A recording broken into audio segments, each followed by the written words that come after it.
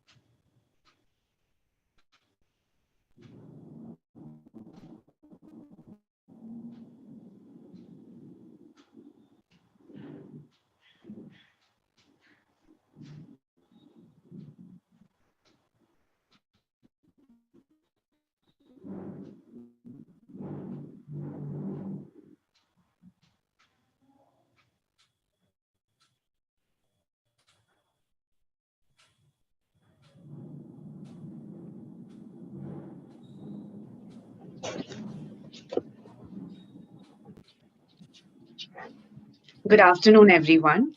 Welcome to the third day of the one-week online National Faculty Development Program on digital pedagogy to enhance teaching and learning experience.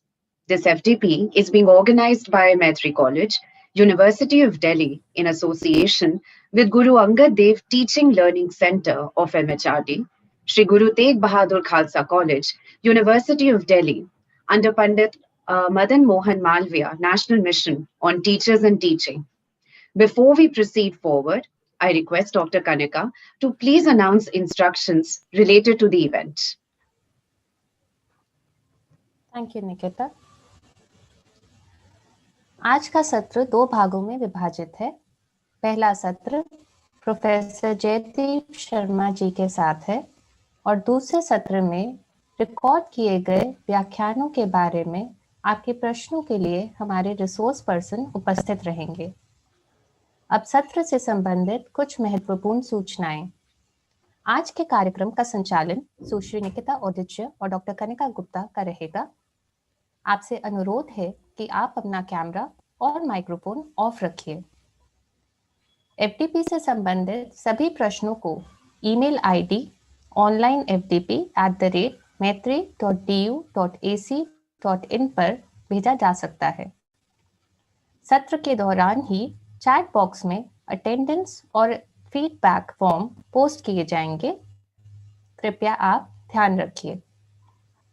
सभी प्रतिभागियों से अनुरोध है कि यदि उनके पास इस सत्र से संबंधित कोई प्रश्न है तो वह उसे चैट बॉक्स में पोस्ट कर सकते हैं। आपका प्रश्न टाइप करने से पहले कृपया #प्रश्न लिखिए। दूसरे सत्र में प्रश्न को पूछने के लिए आप हैंड रेज का प्रयोग कर सकते हैं। धन्यवाद। अब मैं डॉक्टर निकिता से अनुरोध करती हूँ कि वह कार्यक्रम को आगे बढ़ाए। Thank you, Dr. Kanika. In congruence with lectures by Dr. Anita and Dr. Vimal yesterday on the need to keep e-content original, we have today's lecture pertaining to research ethics.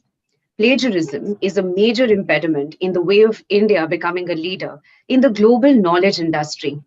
To know more about plagiarism and work ethics, we are privileged to have amidst us Professor Jaydeep Sharma. Professor Jaydeep Sharma has been committed to the cause of academic research for over 3 decades now. He has completed his PhD from Sambalpur University, Orissa. He has done his master's and bachelor's in library and information science from University of Delhi, where he was also a gold medalist as he was awarded the first position in the university during both his bachelor's and master's. Before joining LIS, Dr. Jaydeep completed his master's in chemistry from University of Delhi. He started his career at Kurukshetra University as lecturer in 1989, and today he's professor in IGNOU.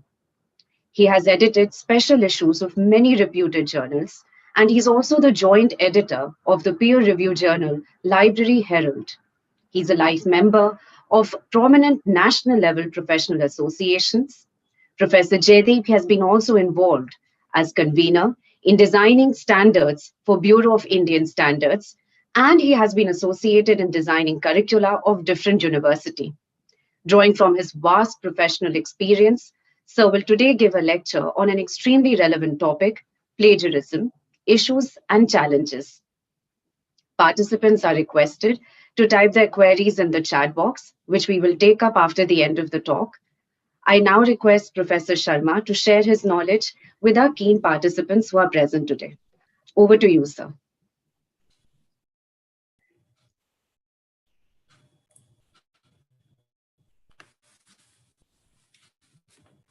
Hello, good afternoon.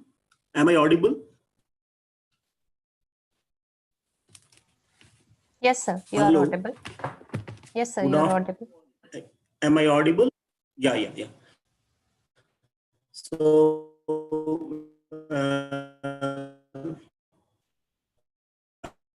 I start my discussion and talk. Before that, I particularly my thanks are due to the organizer of the FDP, the 2 institutes that are involved, and to you all participants, because I believe that on any discussion that we have, it gives us a chance to learn from both ends.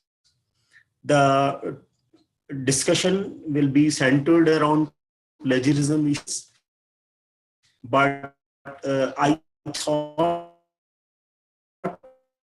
to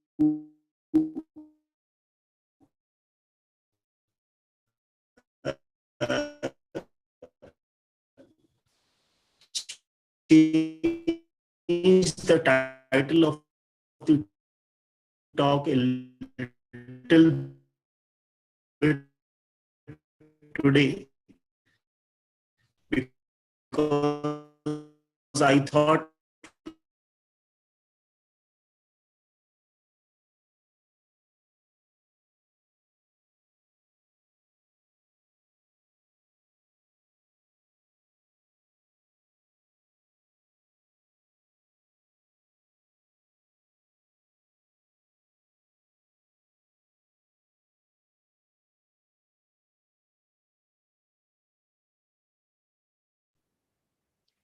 I think there's some problem with Sir's network. If I'm audible to you, Professor Sharma, would you like to rejoin?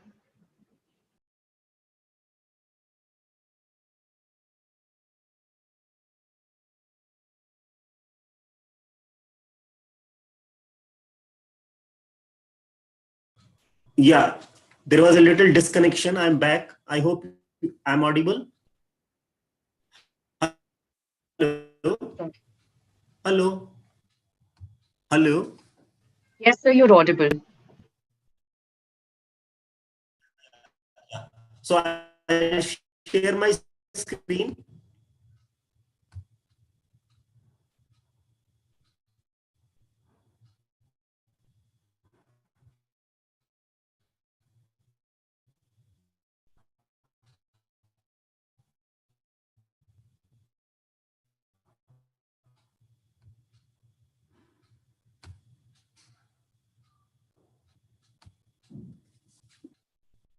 So as I told you that I have titled it as do's and don'ts of ethical writing.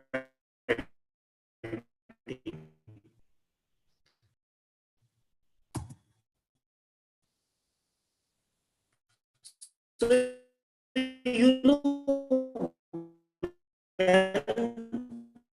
whenever we create something, whenever we write something,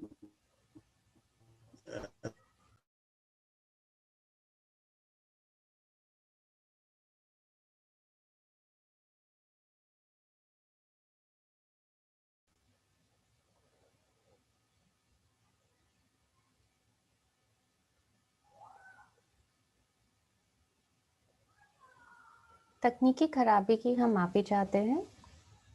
professor Jaideep sir, अगर आप हमें सुन सकते हैं, आप please rejoin कर लीजिए।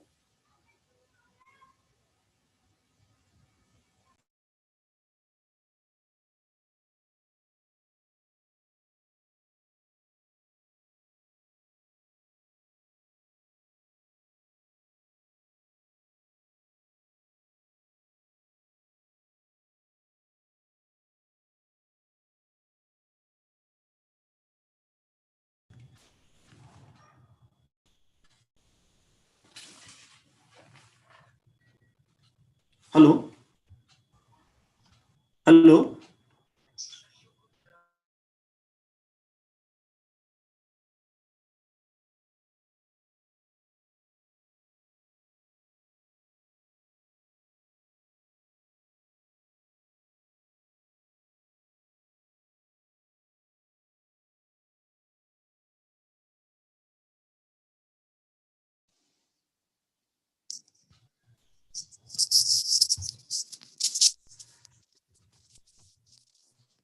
Yeah. So our creation, whatever we do, it is based on whatever is already existing, and these sources have really expanded like anything. They are very easily available, and they are these sources, because they are increasing like anything, that may be one of the reasons that has really created this problem of plagiarism that is happening around us. I just show you some of the examples, and you all know that these examples are there from your own university and from my university. Like I could not find this the e-Gyan Kosh parallel to something as e-Gyan Kosh in University of Delhi, but then in IGNOU it is there, not only for students but also for teachers.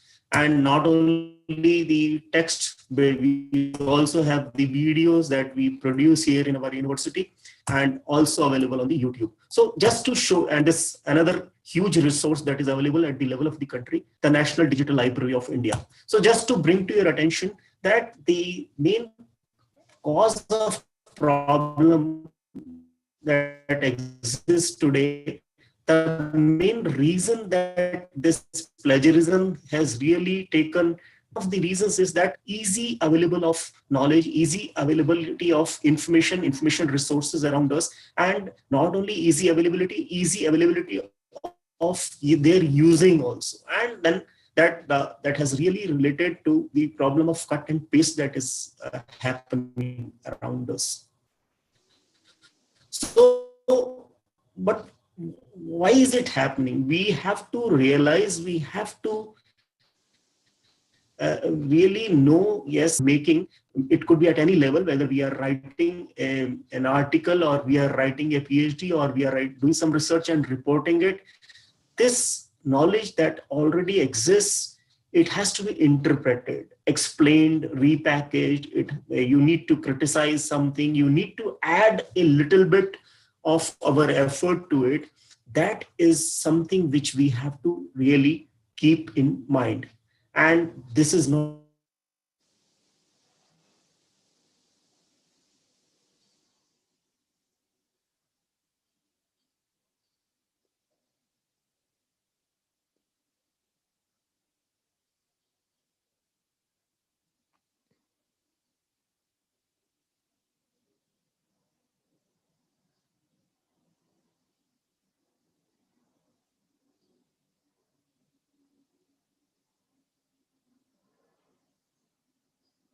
and so as I was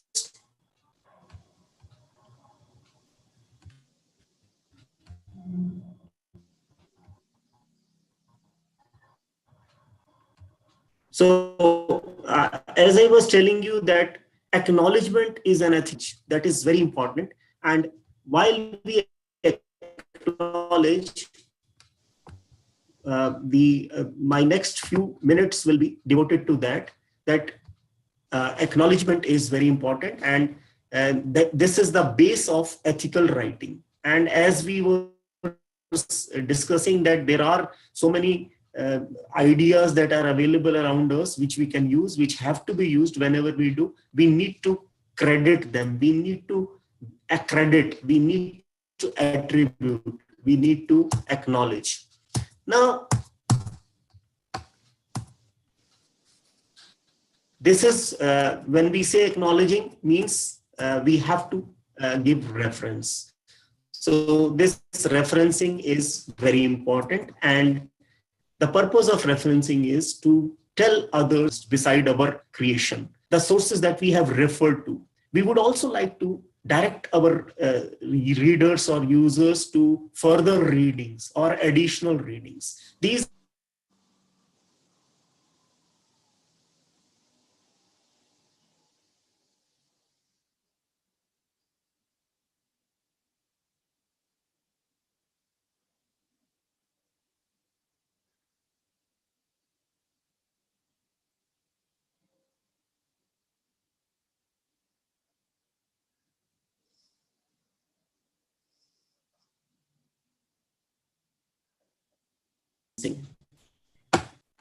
now, you know that there are two different terms, reference and bibliography.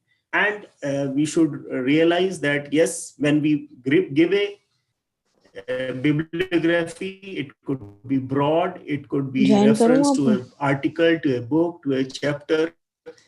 But when we give reference, it has to be specific. It has to be.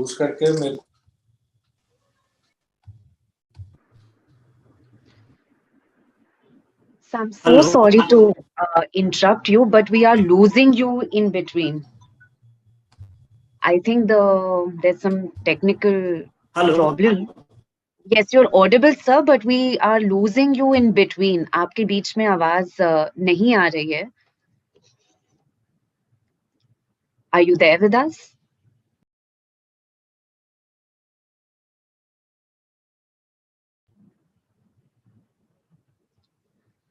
Hello, Professor Sharma, if you're there with us, आपके बीच में आवाज cut रही है.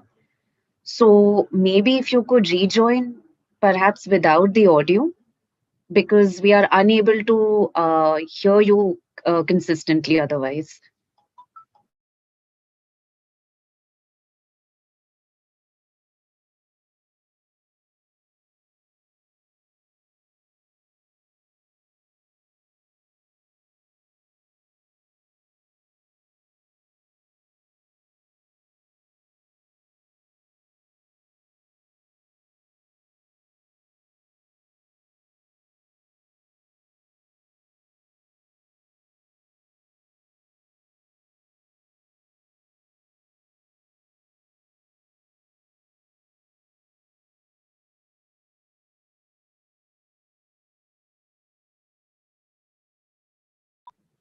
I request the participants to please stay in touch, to please stay with us. We are trying to get in touch with Professor Sharma.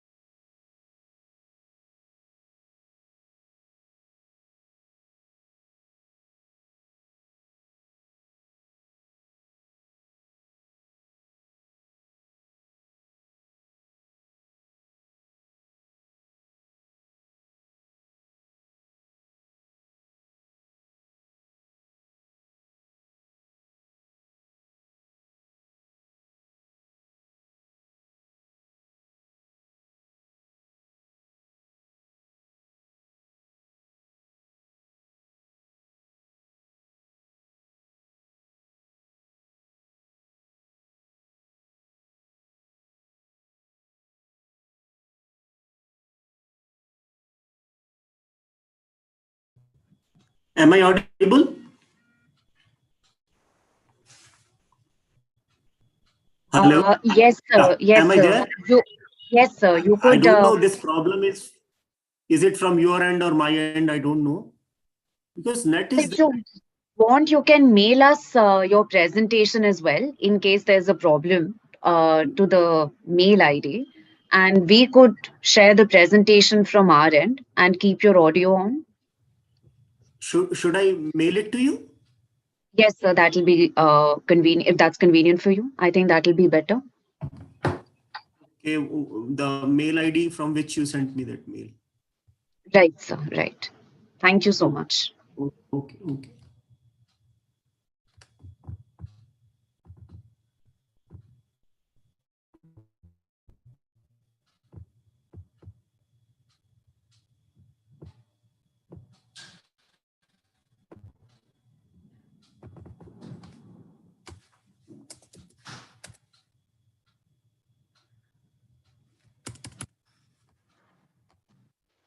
Can you just tell me the mail ID? Yes, sir. We'll just write it down in the chat box. You Okay, can fine. copy paste from there. Okay, okay, okay, okay.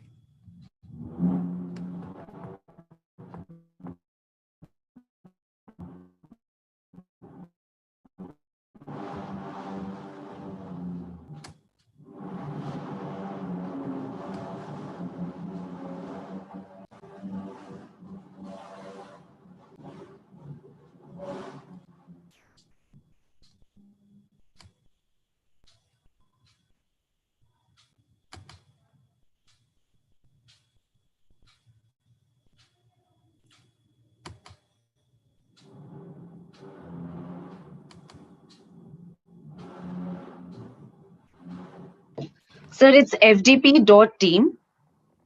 Yeah, got it.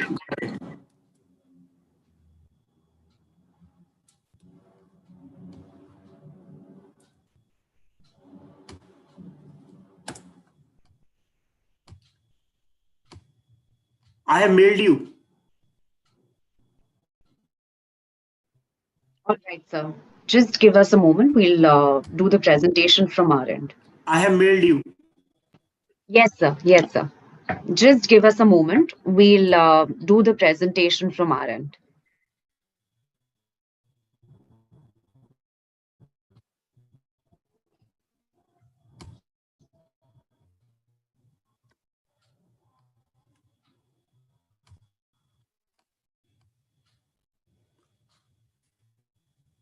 I have mailed you.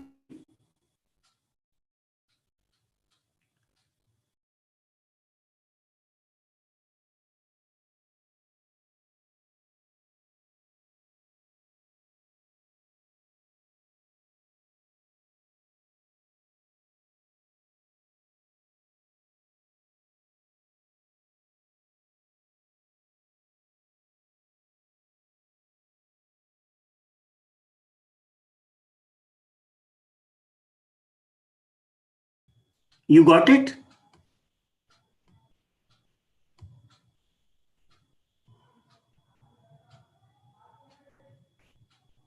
Hello. Yes, sir. Please Yes, give us sir. We've a moment, received sir. it. Hello. Got it? Yes, sir. We've received it. Just give us a moment. We'll start the presentation from our side. Just give us a moment.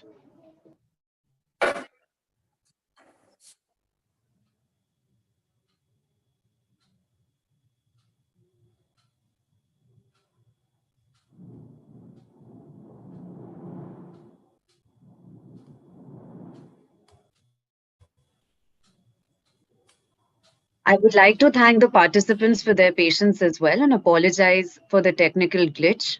We'll commence with the talk.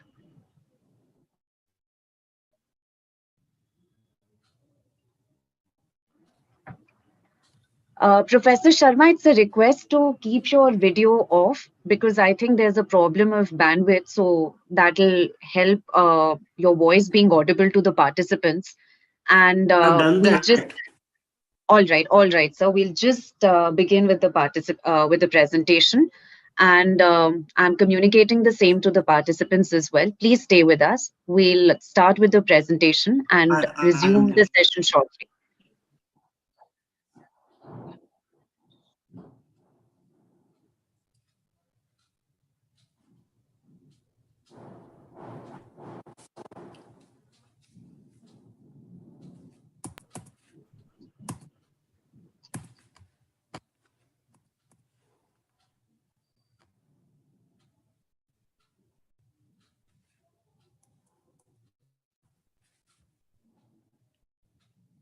Can we move further?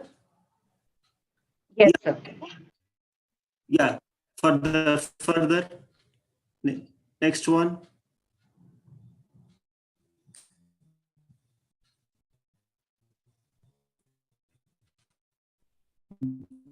This is over. Can you please move to the next one?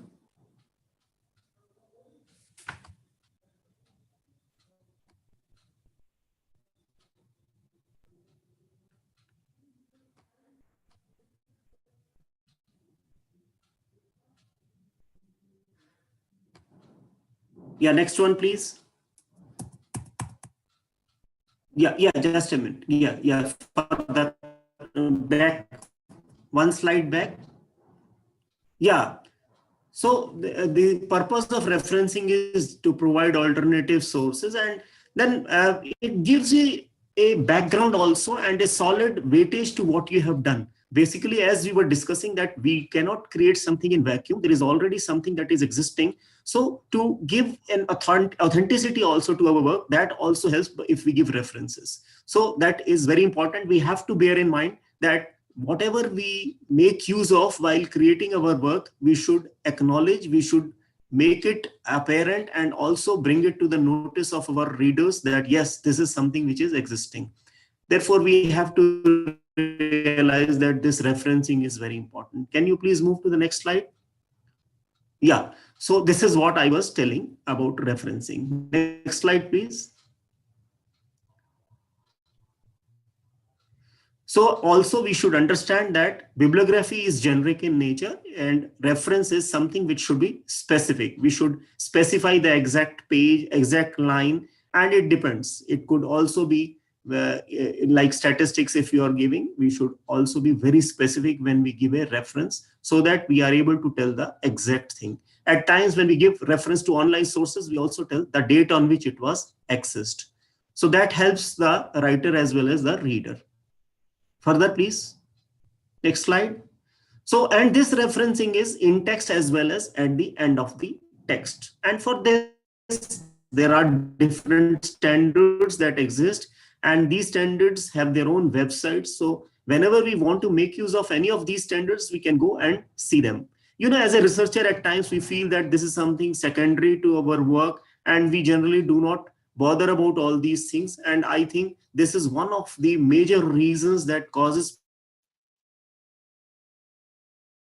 people not following a particular standard constantly. This creates problem, and this is caught by the plagiarism software, and it takes it as plagiarism. Therefore, I would like to emphasize here that whenever you do your research, you should also in the very beginning take a decision about which referencing standard you would use and constantly use that standard in practice.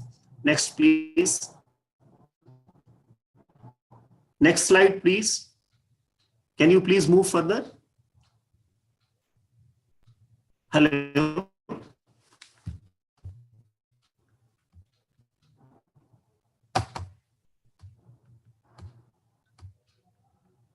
Next slide. Are you able to? Next slide, please.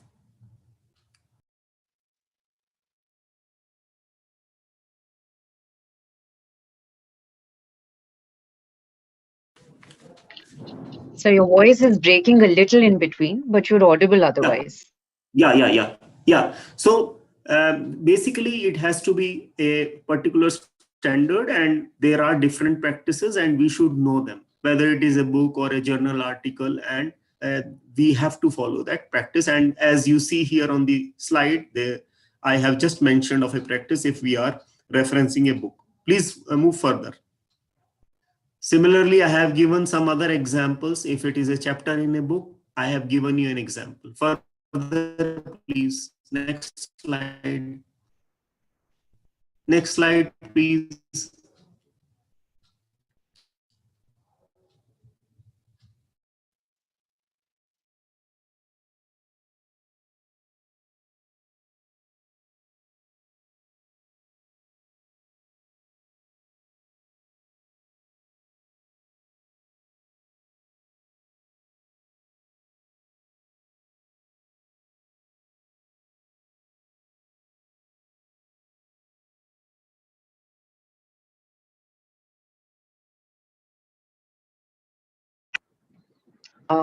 Professor Sharma, if you're there with us, we've lost your audio.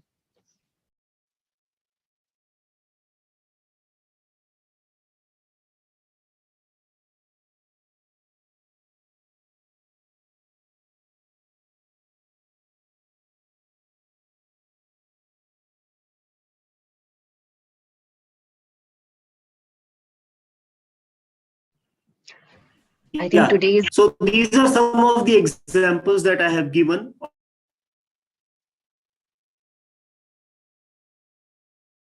Please change the slide.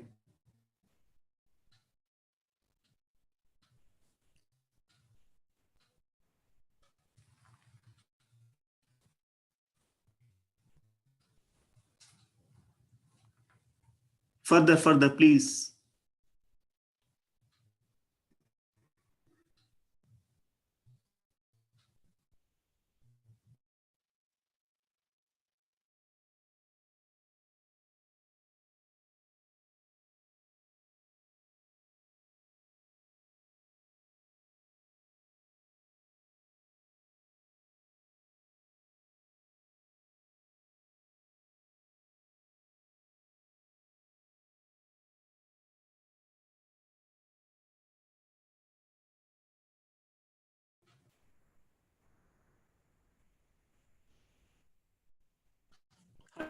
something that is there with a person who has created something. But very important is that it should be documented. Create something, it should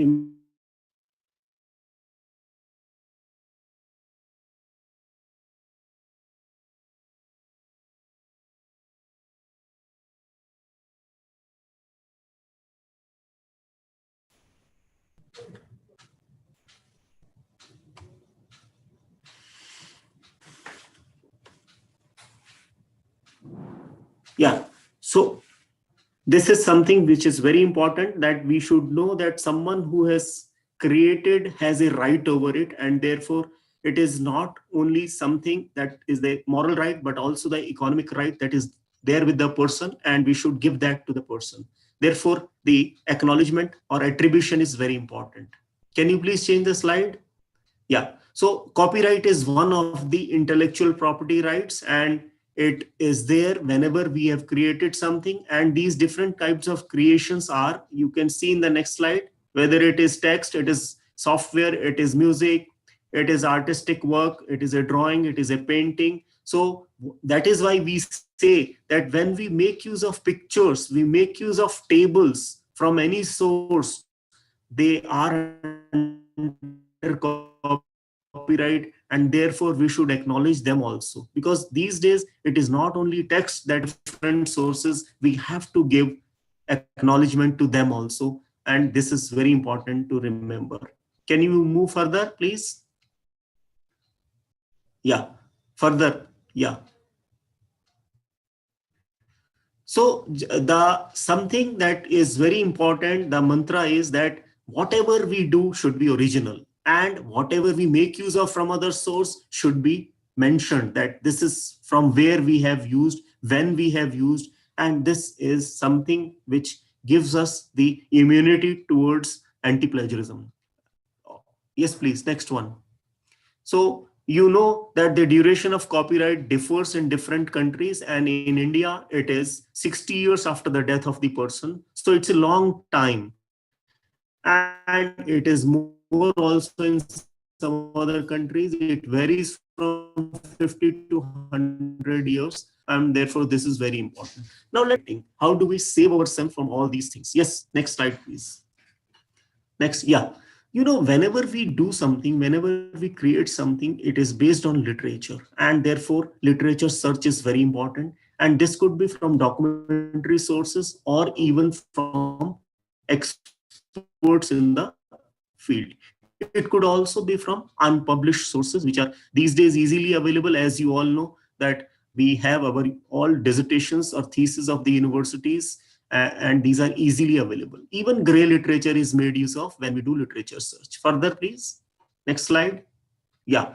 So therefore, literature review is very important. We should do an exhaustive literature review, and based on the literature review, we use these sources, and the process is starting from reading to understanding, reflecting, thinking, imagining, analyzing, and finally synthesizing.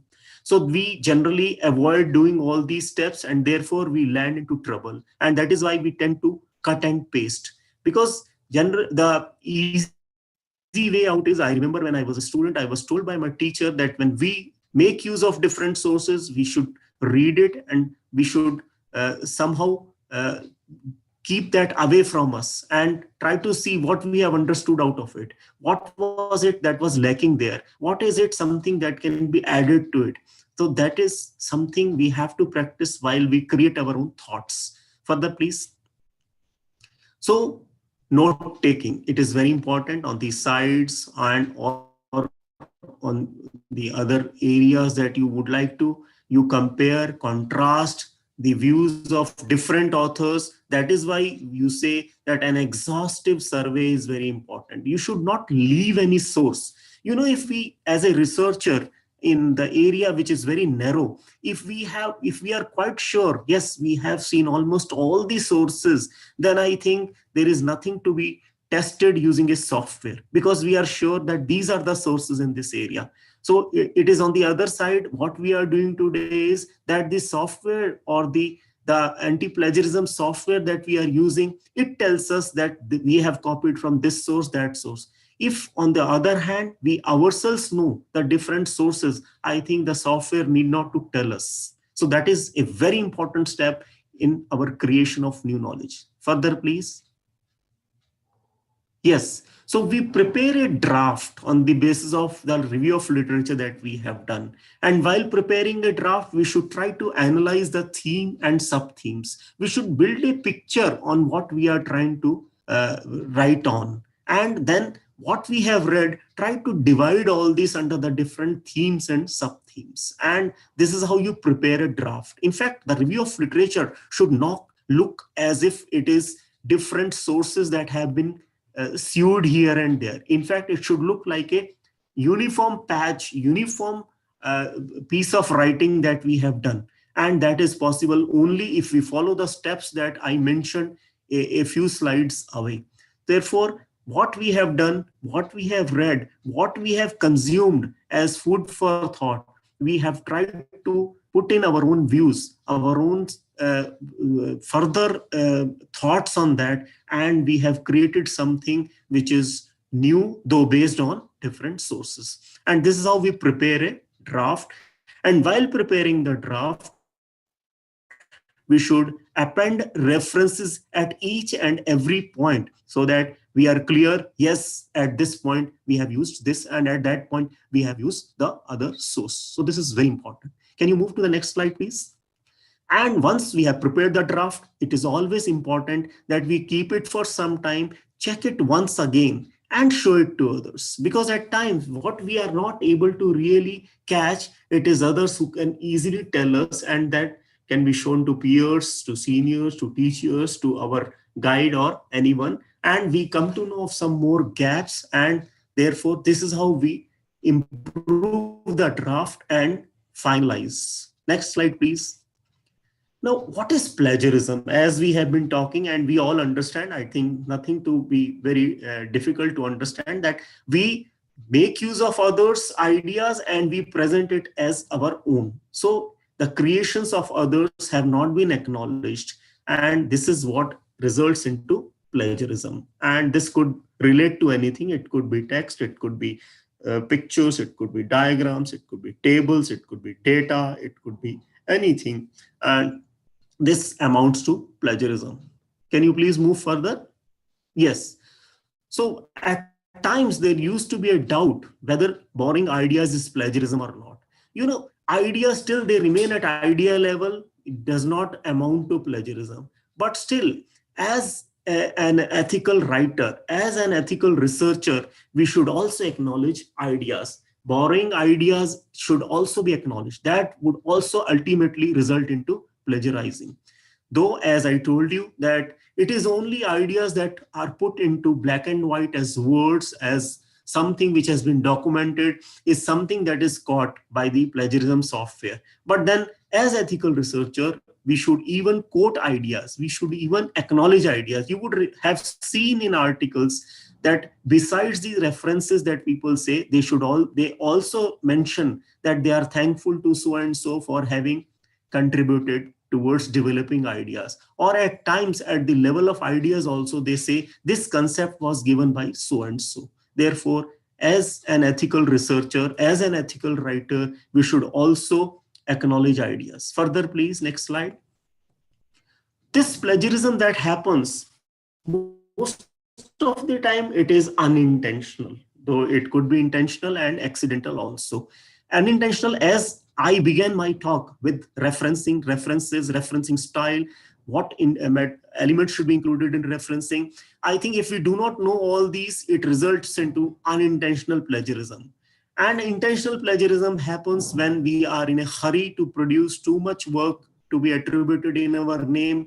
And you know that there is always a limit, because when you want to create something, you need to devote time to it. You need to devote efforts towards it. And if we skip this part, devoting time, devoting efforts, it results into plagiarism that is intentional.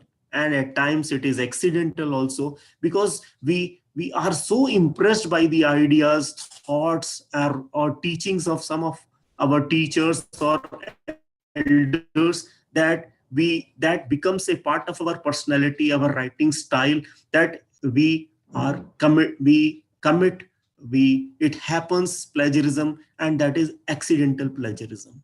Next slide, please. So as I told you that you copy from somewhere, you don't put it into quotes, it results into plagiarism. At times we do it from our own texts also, that is also plagiarism. It is called self-plagiarism. And if we use some sources and we refer to them, but we are not referring properly, we are not following a standard for referring, that also amounts to plagiarism. Yes, please, next slide.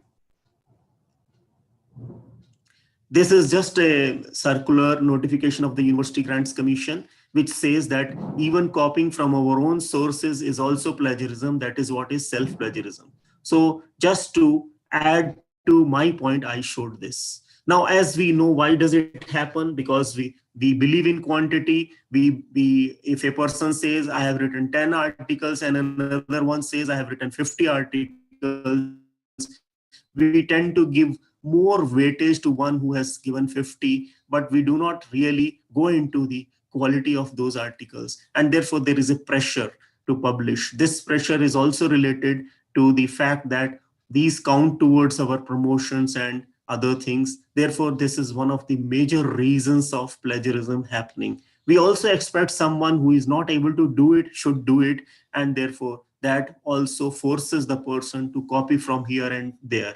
So and also we do not have the knowledge and competence to write. Though we may have ideas, we may be lacking in the writing skills. We may not be very good at that language. We do not have the institutional mechanism. So all these are reasons that result into plagiarism. Further, please. So as I told you that there are different types of pressures. That this could be informal, it could be formal, it could be from the family, it could be that the society forces us. It results into an urge to have some further recognition, and we are not really capable of earning that, but still we want to have it. I think these are all different pressures that exist that force us into this creating plagiarism. Further, please. So what are the consequences? You all know that there are consequences of plagiarism. We all read here and there. We all see news happening, and people at the highest level, at the lowest level, whether it is a student, it is a learner, it is a teacher, it is an administrator, it is a scientist, it is a director general or a vice chancellor, everyone is suffering. So generally the author, it could also be the reviewer, editor, because they have devoted their time for producing it. You send your article to a journal, you are not caught, the editor is not able to really know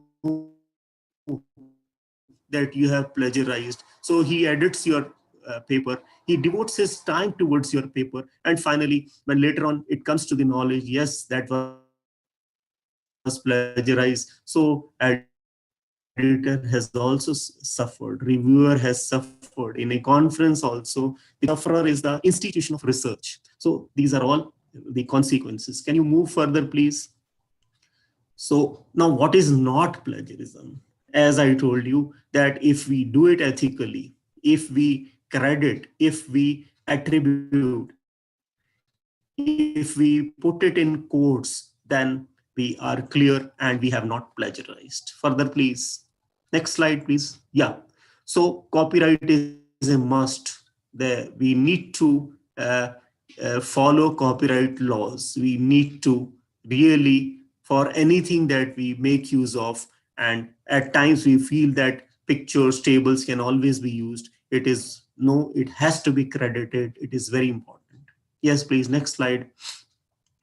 There are different plagiarism cases, as I was telling you, that there are many such cases, and all the more they have been happening since we have been working online during the COVID and post-COVID era, and you see all around you news happening. And it is not only in the learned society, It is also in the entertainment industry, whether it is the audio or video, it is happening everywhere, because you are very easily able to create things. Therefore, this is happening all around us. Next slide, please.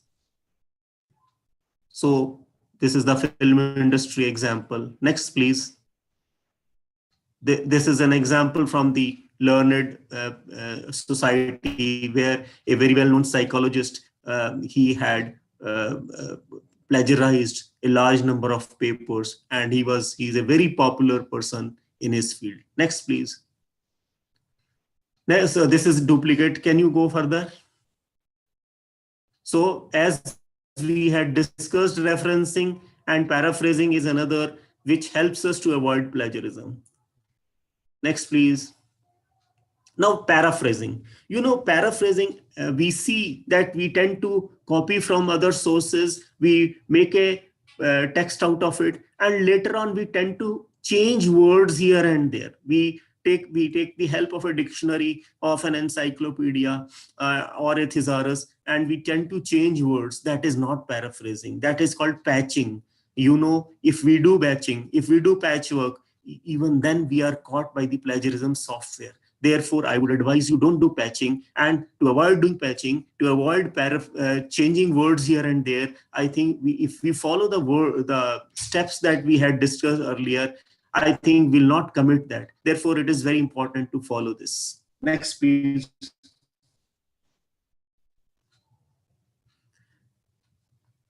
So if you can also make use of technology, software, if we really,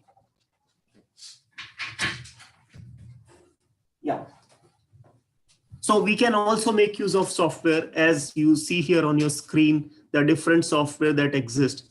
So this is an example of a paraphrasing software that I have made use of in my further slides, and you will see the examples and see, though technology can be a help, but we cannot think that it will do it for us. And if you see in the next slide, I have shown some examples where I have used the paraphrasing software Quillbot here, and you see that how it has paraphrased. In the black, you see the original text, and in the red, you see the paraphrased text. And you see the thought has been changed, though the words have been taken. And this software also make use of thesaurus. Different type of thesauri are there at the back end. And while using those, they change this, but the basic meaning has changed. The way you would like to put has not happened. Therefore, I have some more examples for you. If you go further, you will find some more examples just to tell you that software can be a help. So plagiarism, the paraphrasing should be done by us, and for that we need to be good in the subject as well as in the language. So can you please move further please? So these are all examples of paraphrasing using software. So I'm not condemning the software, but then yes, further. Yeah. So now let us go to the different plagiarism detection software that exists. And you all know that there are free software also, and there are paid software also. And we are all having access to the software that is provided to us, the Urkund software that is made available to us by the University Grants Commission, the InfluMnet, and we are all using this software. And this is Urkund, though there is Turnitin, Authenticate, and many others that exist, and this is one of them. Can you move further, please? Now, this is basically a software that detects the extent of matching. It is a matching software that tells us that the text that we have produced, how much of it matches with the text that already exists. So it is a help. Basically, when we make use of this software, we come to know amount of matching that exists with the already existing text. But then there has to be an analysis done by us. We need to have human intervention. As I was telling you, that technology is a help. We have to take a decision on what it is. Like if we come to know the matching, we have to interpret that matching, and that human intervention is very important. Yes, please. Now, there are rules for plagiarism that if you put it in quotes, then you are saved. But that doesn't mean that you keep on copying from the original sources, putting them in quotes, and you are saved. Because you are producing something of your own. If you keep on putting in quotes, then it is not yours. And whatever we have made use of references, then they say that though there are variations in the percentage, but a generally accepted percentage is that 10% of match with already existing knowledge is allowed. And similarly, if you quote from somewhere, if you use some words from somewhere, not more than 14 words. Though I have tried to understand why 14 words, I don't get a meaning of that, but I believe it could be, if they say 14 words, it could be 3 sentences or something. And they have logically tried to put this limit so that it does not go some as someone else's works. It has to be your own work. Further, please. Now, there are institutional efforts also towards plagiarism, overcoming plagiarism. As these are individual efforts, similarly, generally you would see, if you see the websites of different institutions, you will see that they guide us about how to avoid plagiarism. Like on your screen, this is the Jawaharlal Nehru University Central Library, called the Dr. Ambedkar Central Library. They have guided us how to avoid plagiarism. And here they have mentioned what is plagiarism, what amounts to plagiarism, how to avoid plagiarism. They also have access to the plagiarism software, and they help the people, the researchers, to detect plagiarism. Next slide, please. So they also organize workshops, and this is not unique only to JNU. It is in Delhi University and Indira Gandhi National Open University also. Every university and institution where there are researchers, they help them to understand plagiarism and the causes of plagiarism and how to avoid this plagiarism. Further, please. This is an example from University of Delhi, where they have mentioned about plagiarism and have also, it is not unique to our own country. The other universities also help them. Further, please. Next slide. Yes, next slide. This is an example of Indian Institute of Management, Ahmedabad, where their library has really helped the students and researchers about knowing what is plagiarism. And they have also debarred those students who are caught doing it more than twice. They don't allow them to use their library. So this is another example where they tend to really tell the students, yes, you should be avoiding, we should not be doing this is a unethical practice. Next slide, please. They have also given a source of a course that helps students to learn about plagiarism and avoid plagiarism. Can you move to the next slide? Next slide, please.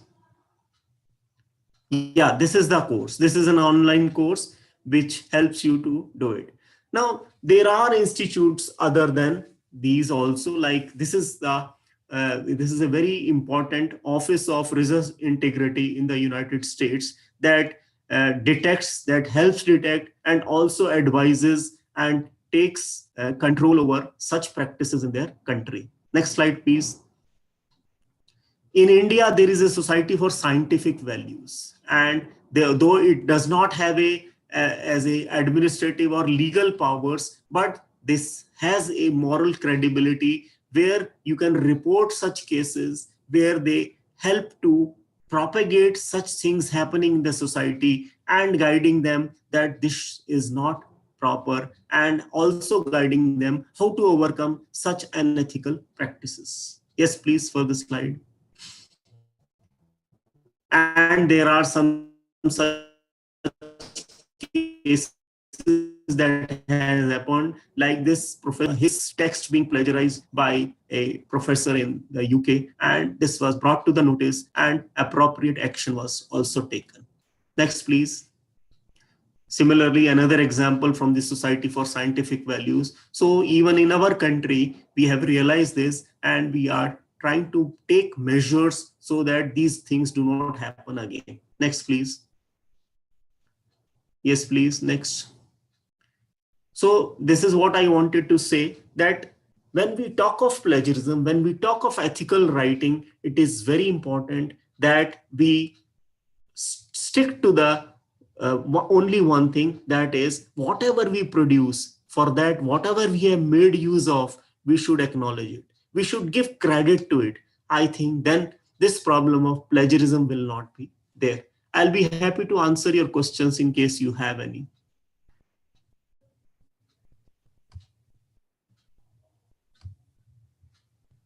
Thank you so much, sir, for such an illuminating talk.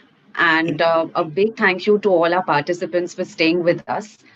I think it's also an important skill that one needs for digital pedagogy and for enhancing one's teaching experience. That is how to maintain cool when one is confronted with bad internet connectivity.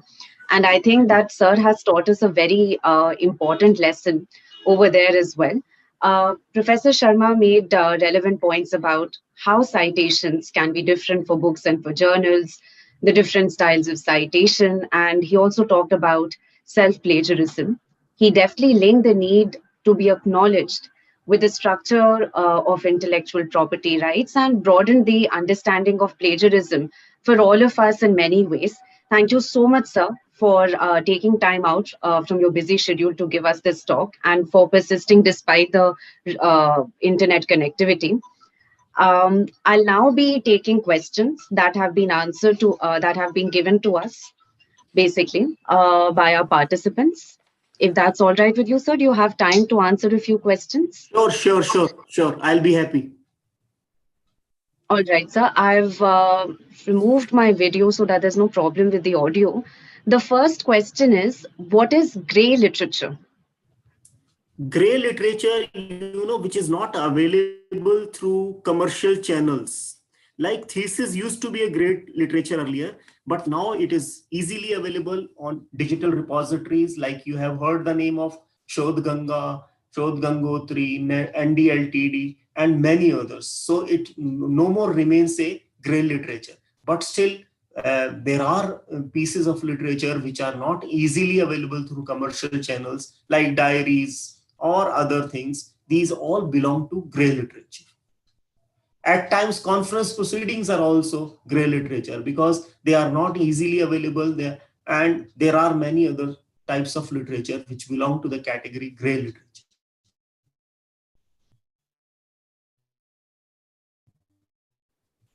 All right, sir. Thank you so much.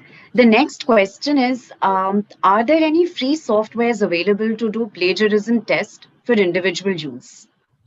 Yes, there are many, but these days there are plagiarism software that have been recommended by institutions, and that can really help us if we make use of free software, but they are not very efficient. And the reason is that they do not have a very strong database at their backend. Therefore, they may not give us an exact idea of how much we have plagiarized. I think it is the person who has done it, the person who has created something, is the best judge to say how much he or she has plagiarized. So I think it remains with us. The more ethically we have created our work, the less plagiarism will be found. Thank you, sir. The next question is, what is the standard punishment for plagiarism in India?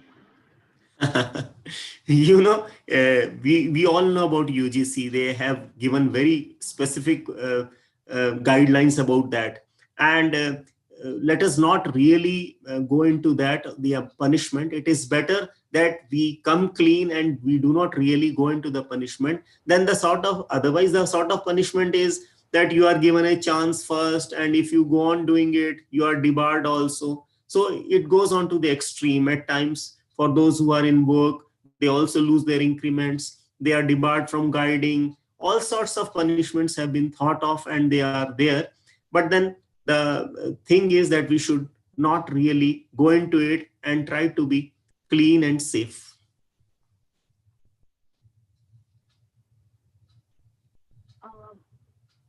If we are using figure from paper or book and citing the source for teaching slides, would this be counted as violation of copyright? See, whether we are teaching or we are producing something, we should make it a habit of indicating the source. That is very important, because it becomes a practice. What is the harm?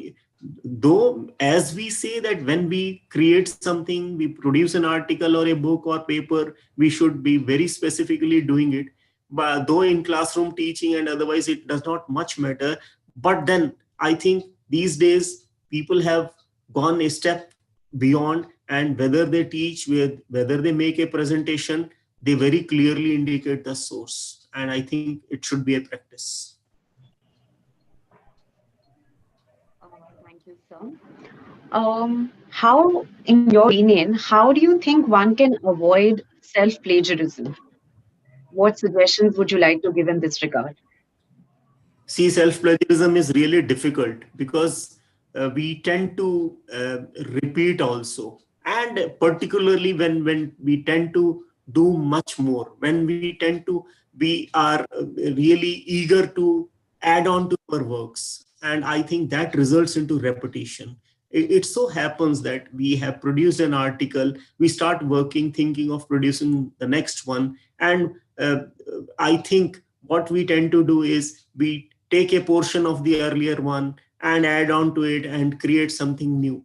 That results into self-plagiarism. And at times, because our thinking goes in that direction, that also results into self-plagiarism. And I think we should be conscious enough. There is no harm in using our earlier writings, but then we should acknowledge those writings. And that would help us to be saved from self-plagiarism. Thank you, sir. That was very informative. We have another question. Sure. Is it possible for authors to take material, is it possible to take material from authors which is longer than 14 words, the 3 sentences bit that you spoke about? And what is the proper referencing to be followed in such a case? Can you please repeat the question? Sure, sir. When we take material from other authors, which is longer than 14 words, what method of referencing would you suggest in that case? It should be put in quotes. This limit does not apply to quotes. But the general rule is, even in quotes, we should only put those. We should use quotes only where it is relevant. Otherwise, we should try to put it in our own words. Quotes are used only when you do not find an alternative. When you find something which has been said is so appropriate that you would not like to replace it, you put it in quotes. So we should avoid using quotes until and unless it is very important. It is really necessary. Thank you, sir. So what's your opinion on copyleft? How would you define it? And do you think it's unethical in some ways? No, it is not at all unethical. There is a view that has come up that is called the open access, where they allow you to use it, they allow you to modify it, they allow you to do any changes. There are different types of licenses that exist. You can even make use of it commercially, but it depends on the license that is provided, and you accordingly act on it. There is nothing wrong in it. All right, so then I suggest that sites, like this is a question as well which has come, that websites like LibGen or social media groups like Ask for PDFs from people who have institutional access, they are also in circulation. Do you think they violate norms of copyright or IPR, or they are in some way contributing unintentionally perhaps towards any kind of plagiarism? Generally when you talk of plagiarism, it is generally on the academic world, on the world where we are talking of creating. When we make use of social sites, we are trying to transmit and exchange. But then whenever we create, I think particularly formally, we should be very consciously doing it, following the principles of ethical writing. And when it happens beyond limits, these things are banned also, they are taken away also. So that happens. Yes, sir. And I think one final question that we have, what steps do you suggest can be taken by teachers to avoid plagiarism at undergraduate level? This, I think, is the best question that has come up.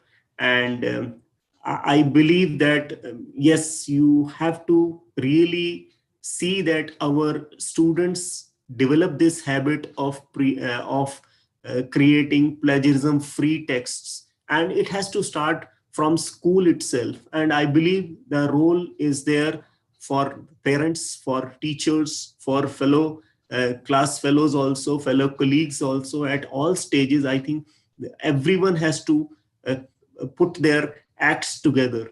And while we are in school, we tend to reproduce what we have learned. We tend to take notes from our teachers, and in the exam we would like to write it as such.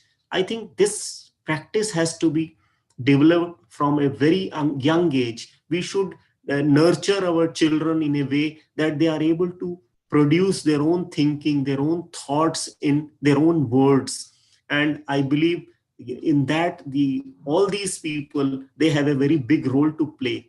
I believe that in our primary classes, at times we were made to read from books. I think that was something very important that would inculcate the reading habits among people, which has really come down a lot.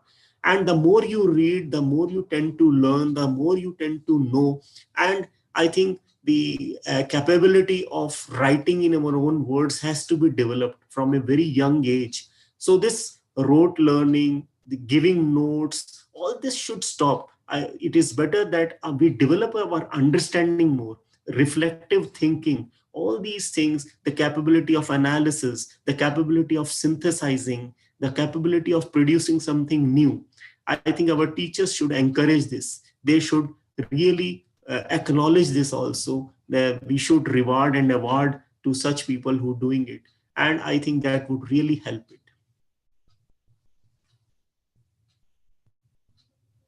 Thank you so much, sir. I had said that this was the last question, but there's just one more question. Sure, sure. In your opinion, what is the best referencing tool that can be used by scholars, teachers, students? See, there is nothing like best, better, or bad. All are good. It depends on the type of situation in which you are. Like if we are doing it for a journal, they have their own practice. They would recommend.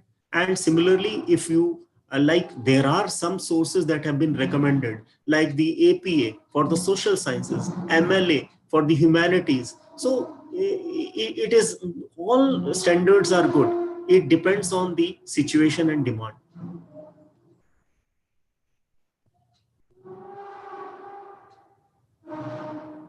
All right. Thank you so much, sir. Thank you so much again for your insight and for patiently interacting with all the participants. You enabled the session to be a holistic learning experience for all. And we thank you for taking the time out from your busy schedule and for graciously accepting our invitation. Thank you all. For Sincere thanks to the participants, to the audience. I'm really sorry for the Technical College, Khalsa College, all the organizers of this FDP. I am really thankful. Thank you. Thank you, sir. It was a very informative session. And it's a humble request to the participants that they can send their further queries to sir on his mail ID. It's Jaideep, JAIDEEB, Jaideep at ignou.ac.in, Very right. IGNOU. Sorry, sir. Very right. Yes, sir. Thank you. Thank you. So before we proceed, I would just request all of you, the participants as well, to switch on your camera for a group photograph.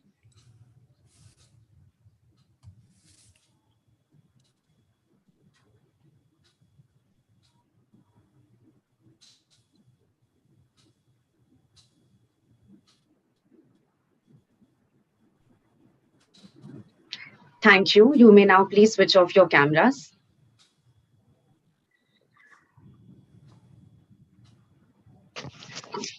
Thank you. May I leave now? Yes, sir. Yes, sir. Thank Thank you. you. Thank you.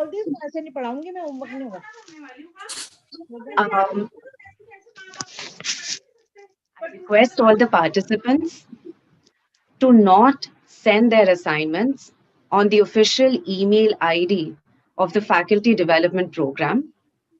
I repeat, it's a request to not send your assignments on the official email ID of the FDP. For submitting your assignments, for viewing recorded lectures, and for attempting quizzes, we will now be playing a video for your convenience.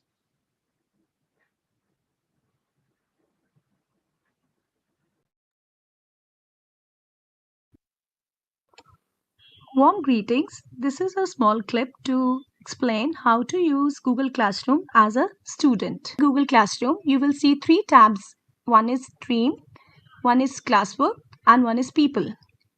In the Stream tab, you can see the announcements the teachers have made.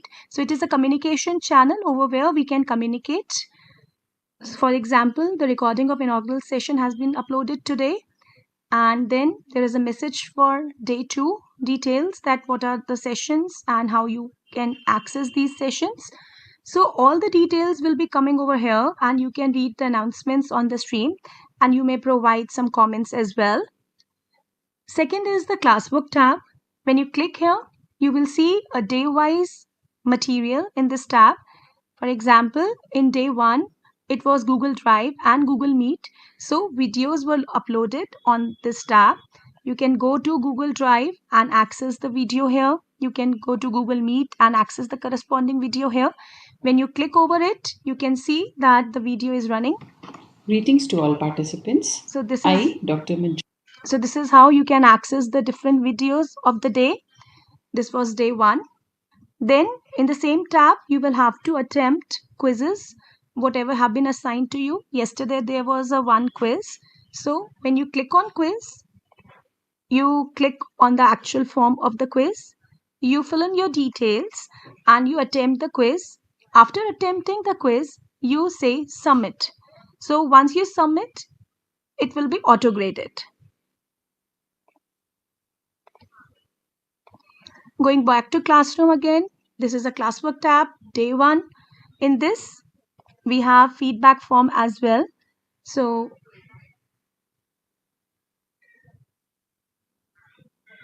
you can fill this feedback form. You can click here. It will open a feedback form for you. So this will, you fill the feedback and again press the submit button. So you will receive a feedback form for every module. For example, here, this is Google Meet feedback form, but this is Google Drive feedback form. So you can fill 2 separate feedback forms here, because this is per module or the lectures that have been designed by the different people. So you have to submit all the feedback forms that have been uploaded on the Google Classroom. For today, day 2 material has been uploaded.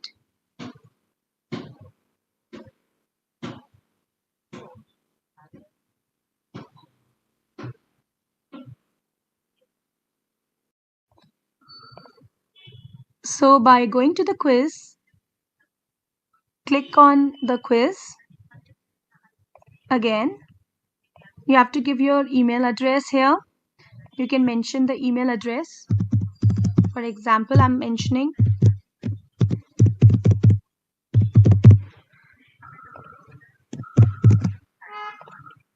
So randomly, maybe I just click the answers which are required, just like that.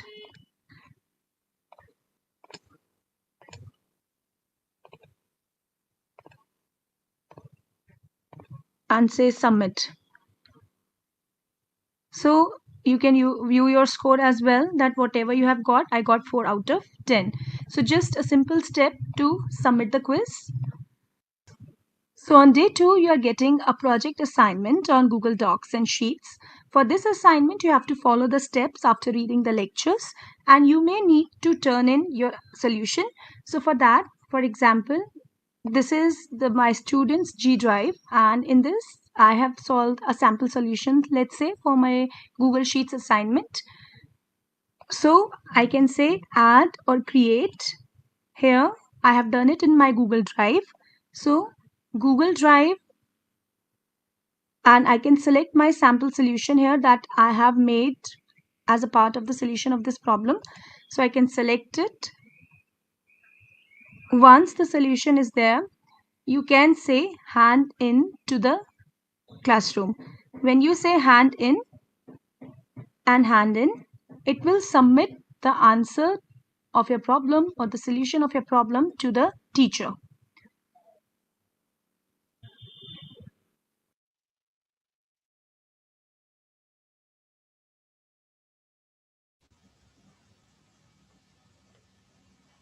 धन्यवाद।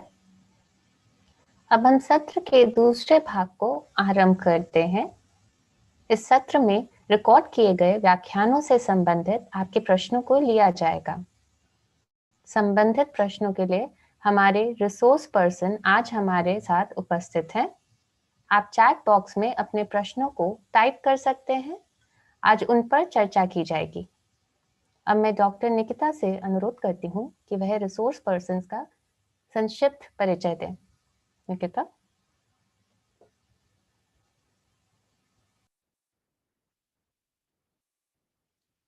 Thank you all.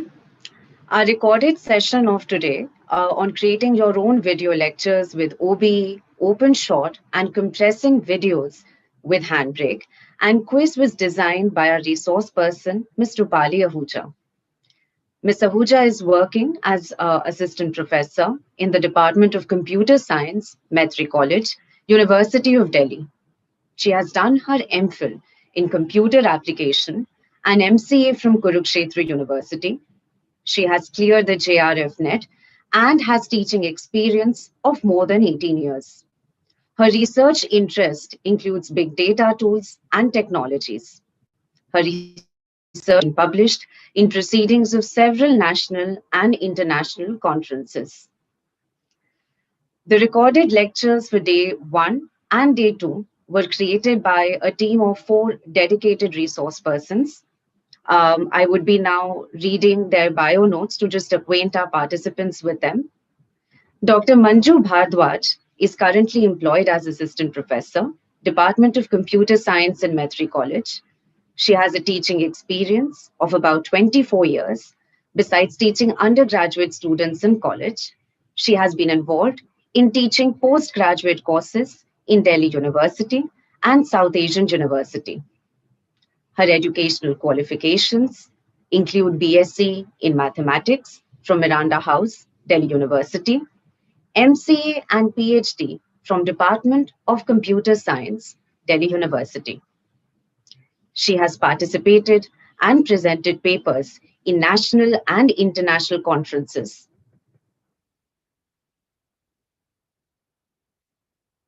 Is my video visible? I think there was a technical lag. It is, Nikita. Go on. Right. She has presented and participated in national and international conferences and published papers in reputed international journals. She was awarded UGC Travel Grant to present her paper in ICDM conference held in United States. She is also an active reviewer for IEEE journals. Also, she has been actively involved in organizing workshops on computer literacy held in the college for students, teaching faculty, and non-teaching faculty. Thank you so much, Dr. Manju. Dr. Veena Guryani is MCA and PhD from Mohanlal Sukharia University. She has more than 20 years of teaching experience. She has been working in the Department of Computer Science in Maitreyi College since 2008. She has published research papers in many national and international journals. She's interested in interdisciplinary research. Thank you so much, Dr. Guryani. The next resource person with us is Dr. Shikha Badhani. Dr. Shikha is an assistant professor in Department of Computer Science, Maitreyi College, University of Delhi since 2010. She received her PhD in the area of Android malware detection from Department of Computer Science, University of Delhi. She obtained her master's degree in computer applications, MCA, from University of Delhi in 2008, and she's done her BSc honors in electronics from Hansraj College, University of Delhi, which she completed in 2005. She's a university gold medalist in MCA as well as in BSc honors electronics. Her research interests include malware analysis, machine learning, and Android security. Thank you so much, Dr. Shikha. Dr. Jyotsna Talreja Vasan has been working as assistant professor in Department of Computer Science, Maitreyi College since 2010. She completed her doctoral research in the area of integrative computational analysis for metagenomics at the Ulster University, Northern Ireland, in United Kingdom. She did this on the Research Fund Horizon 2020 scholarship, which was granted by Ulster University. She rounded off her academic journey further by getting funding from the Marie Curie Fellowship under Research and Innovation Staff Exchange Scheme for the MetaPlat project. It focused on analyzing microbial genomes for improving the nutritive value and cattle productivity in European boundaries under European Horizon Commission 2020. She has actively participated in joint research, secondment, and innovation activities between the member organizations of the project in UK and in Ireland. She has authored several publications, and she is also serving as reviewer of the research submitted to IEEE ACM transactions on computational biology and bioinformatics. Her area of interest lies in the field of data analytics and systems biology. We will now take your queries for our resource person, and we will take up the topics day-wise. We'll start with day one. The questions were related to Google Meet and Google Drive, and I request the concerned resource persons to please answer the questions of the participants. Thank you, Nikita. So we'll begin with Google Drive first. And before that, good afternoon to all the participants. Hope you're having a good time. So regarding the doubts that we have received in the doubt form as responses, the first one is asked by Dr. Yashwanti Mudgil from Department of Botany. She's asking that, can I store an entire Google Classroom into my Google Drive for later access? So yes, it is possible. Actually, Google Classroom will be covered tomorrow. And in that, you can actually view that the classroom basically has got a class drive folder. So that drive folder is something that is present in your own drive. And if you delete your Google class, then of course that drive folder will also be deleted. But if you archive your Google class, then the drive folder will be accessible even later. And you also have another option that that particular class drive folder where all the assignments, quizzes, materials, whatever you have posted in the Google Classroom, you have the option of making a copy of that folder so that it is that will be now unrelated to the classroom. So it will be accessible to you at any time, at anywhere. So that is one of the solution. And she's also asked that the material provided in the FDP classroom would be available for later access or not. So this classroom that we are using right now, this particular class, it will be archived. So archived means that you will be able to access the material, but you won't be able to make any changes. You won't be able to make any comments or post anything. So it will be accessible as in the form of this Google Classroom. Then next is, I hope that answers your query. Is Dr. Yashanti Mudgil there? All right. Then next is asked by Dr. Navneet Kishore and from Maitreyi College.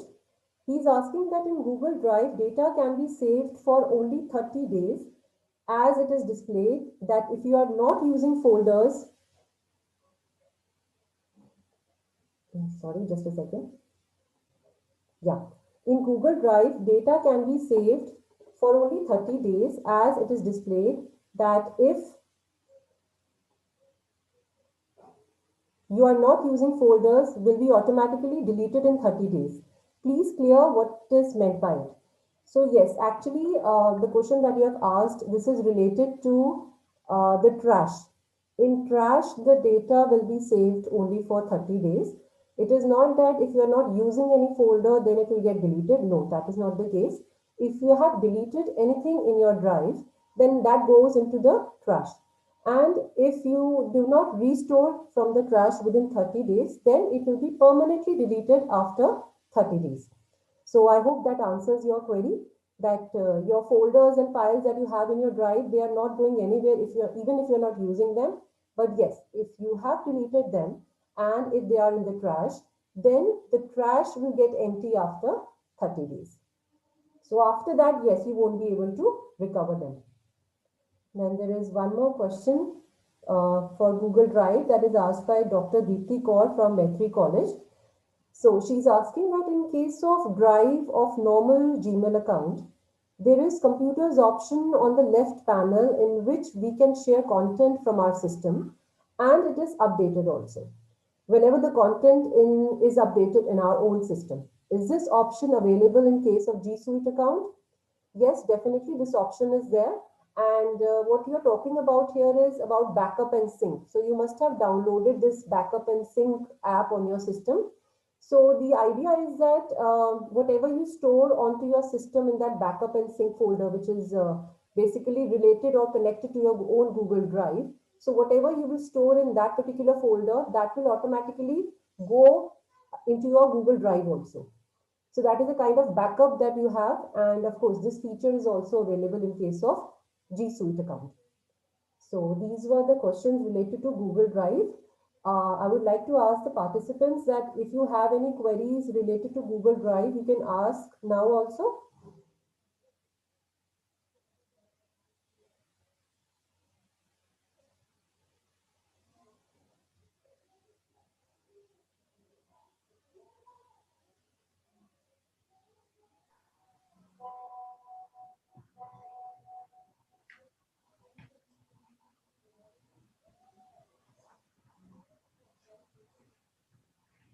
Okay, there are some queries in the chat box.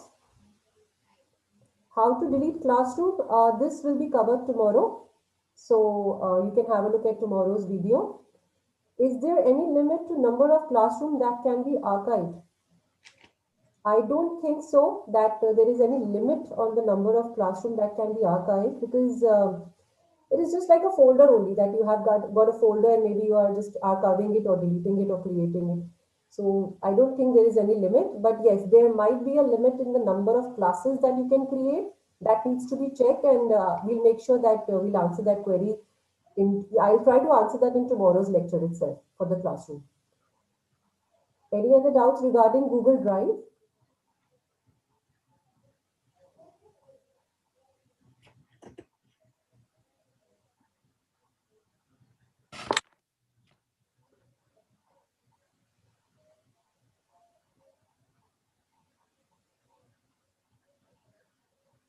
All right, so thank you so much. Next, we move on to Google Meet.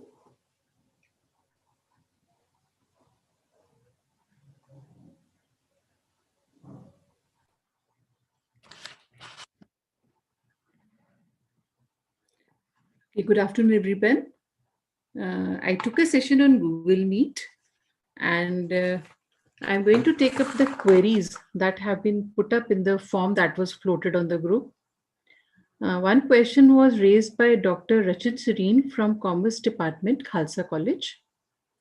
She rather was making a suggestion, as I had said, that the Google Meet for personal or normal Gmail accounts can extend for just 60 minutes. So she has corrected me for that. Thanks for informing me. I rechecked, and it was so that initially for normal Gmail accounts, Gmeet could continue only for 60 minutes. But now there was a notification on May 13, 2020 by Google, as well as a re-notification on September 30, 2020, once again, that Google Meet from a normal Gmail account can also extend to 24 hours. Actually, Google keeps on changing its interfaces. Google keeps on putting up new options. As you all must have seen during online teaching, that while we were working in Google Meet, we suddenly had a recording option available, then we had Jamboard available, then recently host controls were added, and about 15 days back, or maybe 25 days back, that raise hand option was also made available. So slowly features are being modified. So we have to keep ourselves updated as we are working with Google Apps.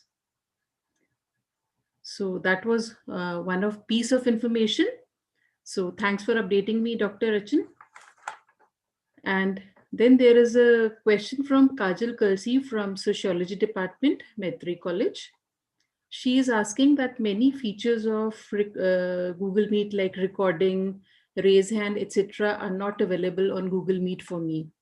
Actually, as I told during the lecture also, that if you start a meeting using G Suite account, that means a account on like college domain, Maitreyi college domain, you will find that the features of recording will be available and raise hand, etc., will be available to you. But if you start a meeting from a non-G Suite account, then host controls is not available, recording is not available, and that raise hand feature is also not available. But if you join a meeting started through a G Suite account and you are joining it from a normal Gmail account, then raise hand will be available at your end because the meeting was started from a G Suite account holder. Okay. Any other questions? Then you can post your questions in the chat box. I can read and answer.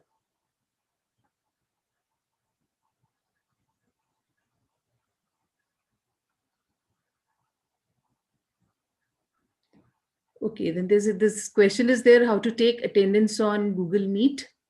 For that, many Chrome add-ons are available for Meet attendance. You can use add-ons, Chrome add-ons. Multiple apps are available through which you can take Meet attendance. It is certainly not a part of Google Meet. That is an add-on that you have to install on your browser. So you can go on to Chrome browser and go to the web store, and there you will find these add-ons. Then Dr. Shweta Gandhi is asking a question. When I was using Chrome, I was not able to share screen and I wanted to fix it. It was showing some browser error.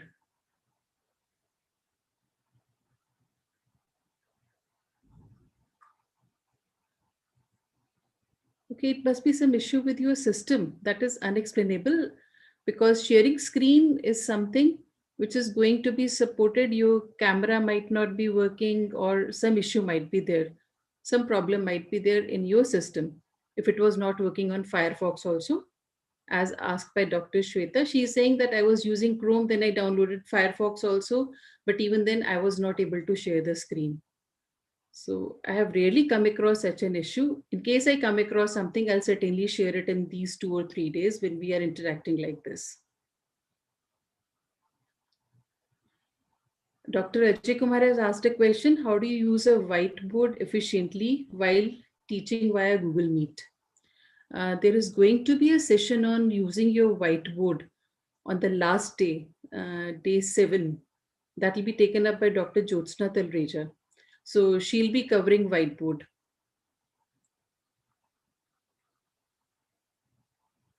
Daljit is asking a question: can raise hand be put as an add-on? Yes, raise hand was initially available as an add-on on Chrome web browser, but now it has been added for the G Suite account holders.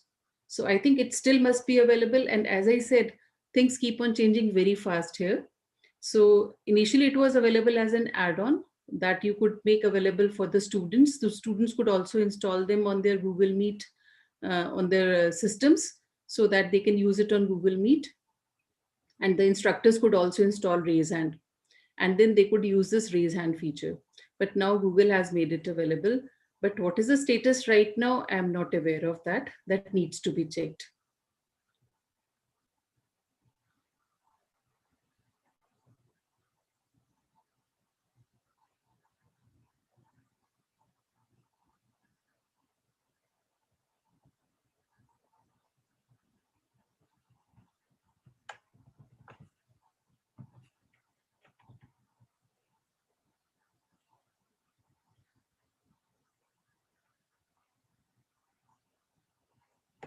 Yes, Dr. Manpreet, that will be taken care of. I'll make that correction, that it is now updated, that we have to give an answer of 24 hours for a normal Gmail account also.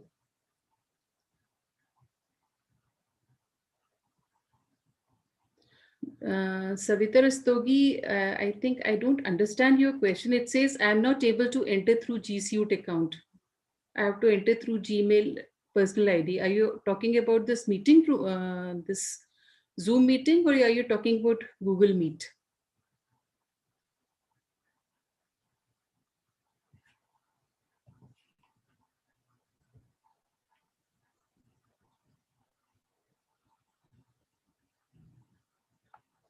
Okay, Dr. Shweta Gandhi has said that in case of Firefox, it's working. I think it was relevant to that sharing screen question. So I rarely use this in Firefox. I normally prefer to use Google Chrome or Microsoft Edge for Google Meet. That is most preferable because these are the latest internet browsers. Dr. Yashwanti is asking, is mute all option present in Google Meet, and how can you find out who's scribbling on screen? No, mute all option is not available on Google Meet. You have to mute the participants one by one in case there are multiple participants who are unmuted. And you cannot find out who is scribbling on the screen. This cannot be found out. So the person cannot be traced.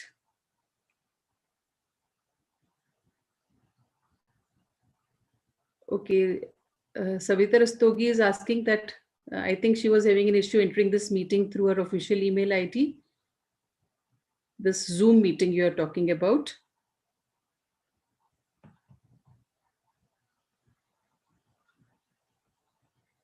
I think you better write at the official email ID. You drop a mail there, and we'll get it resolved.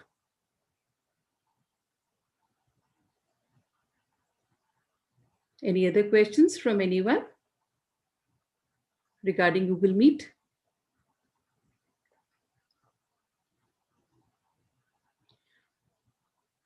Okay, Dr. Shweta Gandhi is asking, is there any easy format of taking attendance? Because in case of add-on, it saves it as a CSV file.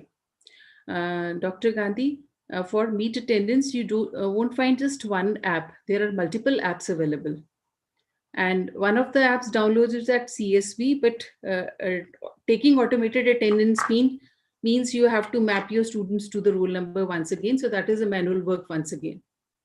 So no easy way out, unless and until you ask your students to rename their names so that their names begin with roll numbers.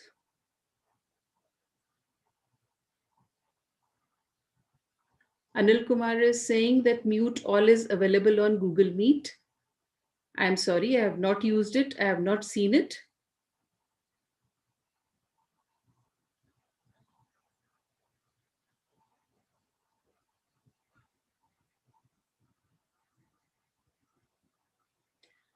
Sabrina Serene is asking, I'm keen to know which options help us to work with pen on the Meet, especially for subjects like maths and fashion sketching, which is the most efficient option these days.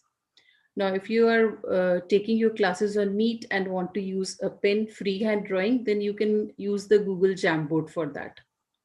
Google Jamboard is now available as a part of Google Meet. So you can access it and your students can instantly see it. Please tell about sharing YouTube video on Google Meet. If you want to share a YouTube video, you'll have to play that in a Chrome tab and then you share a tab. Like the sharing of screen can be done in 3 ways. Sorry, Dr. Manpreet Kaur was asking this question. Please tell about sharing YouTube video on Google Meet. So if you want to share a YouTube video on Google Meet, you'll have to play it in one of the tabs. And then while sharing the screen, you share that tab.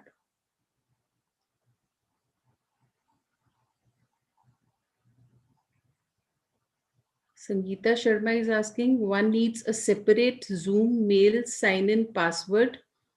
It won't open with Gmail password. Sorry, I don't understand your question. With respect to Zoom, I think you better, in case you're having some issues, please drop a mail at the official email ID.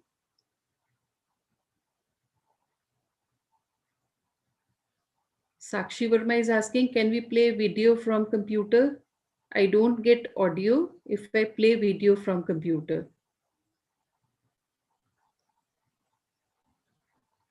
Yes, we can play video on a computer. And obviously the audio should be there. There are some settings that need to be adjusted, I believe. In case you have put on your headphone and you are playing your video, because the sound is not produced on the speaker, as a result, that sound is not audible. So in case you take off your headphone and then play the video, then the audio will be visible. The audio will be audible. Then Diljit is asking, for teaching maths, any help in writing? No, teaching maths is very difficult. We all know that. You can use whiteboards, but for writing those maths equations, formula, you have to scribble with your hands. So in case you have a touch screen available, then it's easy to work with, but not with a normal screen, because you have to move your mouse, and writing with a mouse is very difficult.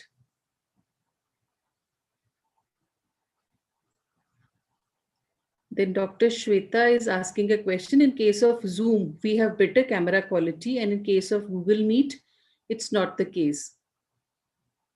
But it's the device camera that works. Yes. Now, as I demonstrated in the video also, that there is a settings option through which you can control your audio and video settings. In case you're not receiving a good video during Google Meet, then you can go to settings, and under settings, you can go to video and increase the resolution to 720. Try doing that, and you will find the picture quality improving.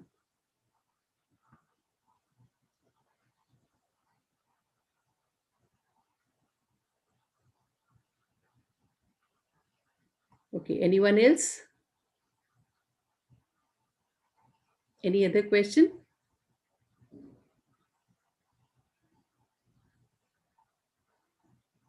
Okay, I think now we can move on to the next resource person for day 2.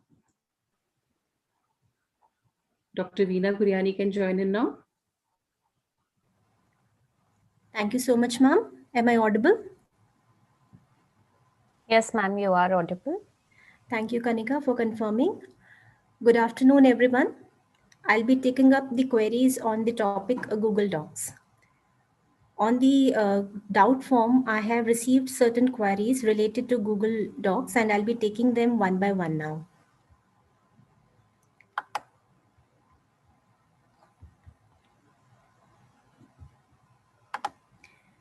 The first query is by Indu Singh from Atmaram Sanatan Dharm College.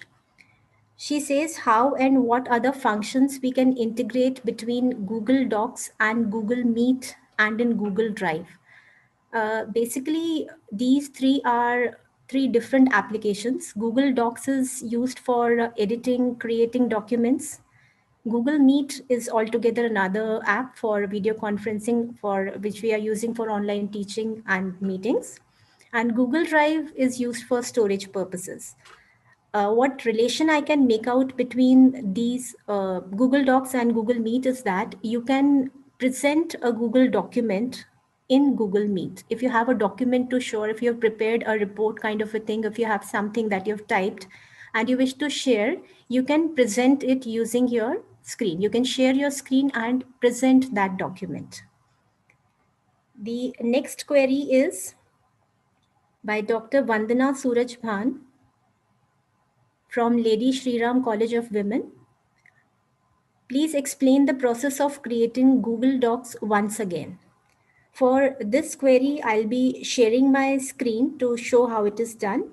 There's another query also for which I'll be coming online for Dr. Yogender Pal Khasa. He has a query: in my computer, the Hindi alphabet did not get incorporated in the toolbar. So I'll be taking both these queries.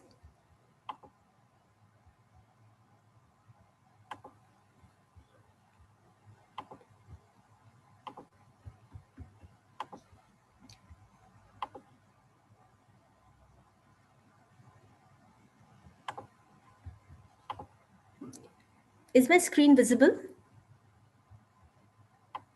Yes, ma'am, it is visible. Yeah, so in order to create a Google document, this is basically my Gmail account that I've opened. I can click on the Google Apps button over here. Now here I have two ways of creating Google document. I can directly go to Docs and click here. Here it gives me an option of how I wish to create a new document, whether I wish to create a blank document or do I wish to take it from the available templates. So just to show how a blank document is created, I can click on blank and a blank document opens over here. And you can see that on the top, it has a heading of untitled document because we have not given any name to this document. So this is one way of doing it. The other way is we click on again the Google Apps button, go to Drive, and in Drive, when we click on this new button, here we have an option of creating a Google Docs. So we can click on this, and again it asks whether you wish to create a blank Google document or do you wish to create it from a template. So whatever you desire, you can click and the blank Google document is created. So I click on blank document and a Google document opens over here. So this is the second way of doing it. The other way of doing it is to type docs.google.com. So here again, it will give us the same interface where it is prompting us to select between the blank template or the other available templates. So these are three ways of creating a blank Google document. And after the blank Google document is open, you can start typing or whatever you wish to do, you can start doing it. The next query that was raised was that the toolbar doesn't have a Hindi characters to type.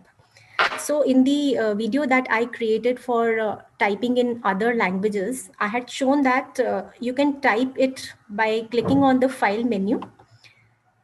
When you go down, scroll down, there's an option of selecting the language. And in language, you have number of languages that you can select from. Specifically Hindi, you need to scroll down and select Hindi. Now, when you select Hindi, on the top right corner here, you can see these three buttons. When you click on them, this input tool, additional tool, is available for typing in Hindi. Now, this provides you different ways of typing in Hindi. Earlier, when we used to type in Hindi, we were supposed to have the Hindi fonts. So we could see those fonts here. Sorry, here. Here is the list of fonts available. And if you wanted to type in Hindi, you were supposed to have a Hindi font. The most popular fonts we had earlier was Kriti Dev and Mangal, but that is not the case now, because the Hindi typing now follows the Unicode typing. So for Unicode typing, you don't require that fonts. And here in Google document, you have 4 available ways. I discussed just one of them, but I'll be demonstrating here. See, the first option I demonstrated in the video, when you click here, you can simply start typing in English and it will automatically prompt the equivalent Hindi words from here. So if you say main theek hoon, so you just type in English and automatically it is giving you a list of matching Hindi words. So you can type the correct spelling from here. And then again, theek, when I type THIK, it gives you the matching words in Hindi and you can select the correct spelling that you want. Fine. So this is one way of doing it. This is the first option. The other way of doing it is phonetic, Devanagari phonetic. So this gives you the keyboard. So this is basically similar to using a normal keyboard for Hindi typing.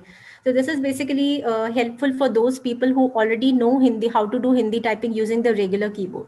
So if you do not know how to type in Hindi, so you can just leave this out.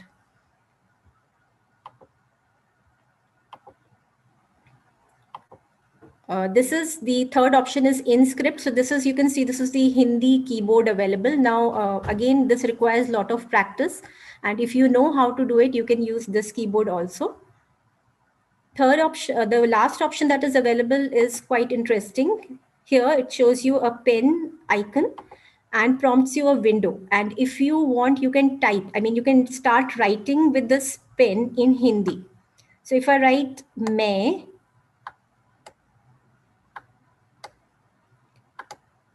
and you can see that here below, it is trying to match this image that I have drawn with the available Hindi words. So you can select it from here as well. So when you click on this, this is the matching word. You can see that it has come on the document. So this is the fourth way of typing in Hindi. Fine. So you don't require a Hindi font and you can do it directly.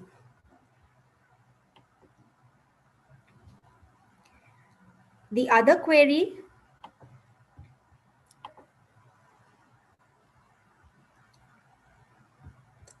these were the queries that I found in the doubt form. There was one more question that was put up in the feedback form. Is there a feature by which the text can be spoken in one language and translated in other? If yes, then please tell us. So basically, there's no feature directly available in Google Docs where you are speaking in one language, but these are two different features. So you'll have to use those two features. You have to use voice typing to type the text in one language, or you can directly type if you know the typing. And after you have typed in one language, completed the document, then you can use the translation feature that I've already demonstrated to translate in other language.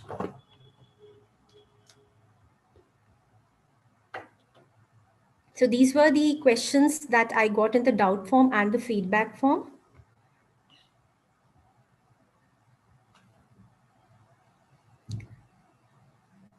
Can we translate the questions I'm taking up from the chat box now?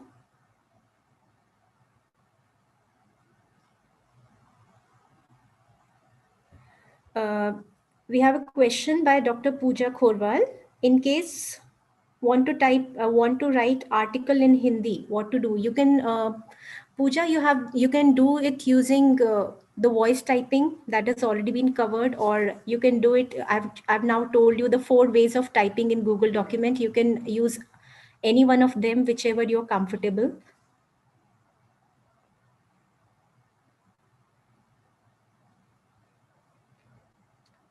Can we translate Hindi to English in Google Sheets by the translation tab? I'm sorry, I never tried that out, but I can answer this query after exploring this option in Google Sheets.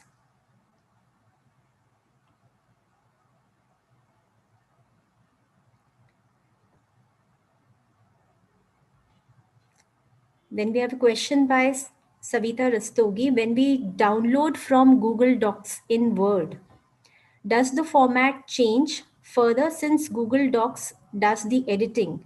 Does it mean the document becomes fault-free? If we download in Word format, do the mistakes come back?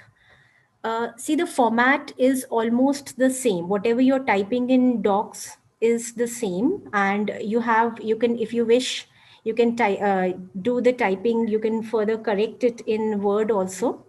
So it can be. We have seen that it can be downloaded as Docs also. The editing features can be used from there. It will not become fault free. It's not that it will become fault free. If you've made some spelling mistakes in Google Docs and you've not corrected them, the mistakes will be there. So that is what I'm understanding from what is fault free. I hope that answers your question. Harmeet Kaur says same as applicable for Punjabi also. Yes, you can type in Punjabi also. There are options of typing in Punjabi also. The voice typing is also there. And again, you can try out typing in Punjabi from the language option. It will prompt you of different methods. You can explore them and select whichever is applicable to you. There's a question from Dr. Ajay Kumar. I'm teaching mechanics to physical science, CS and chemistry GE course, and it has some maths portion into it. Some students request me to use board as you are using for your classes. Please let me educate little more bit about it. Uh, Basically, if you wish to talk about typing in maths, basically the equations part, you have several add-ons that are available with docs these days, which are very helpful to type in mathematical equations, chemical equations. So probably you can try these on. So you can open a Google document and use these add-ons and type the equations and share the screen with the students. One option is that. I mean, that is the best we can suggest, because even the Jamboard, if you use Jamboard, Google Jamboard during your online classes through Google Meet, it doesn't provide you any specific features for typing the equations very easily. So I would suggest you try out the various add-ons that are available with Google Docs.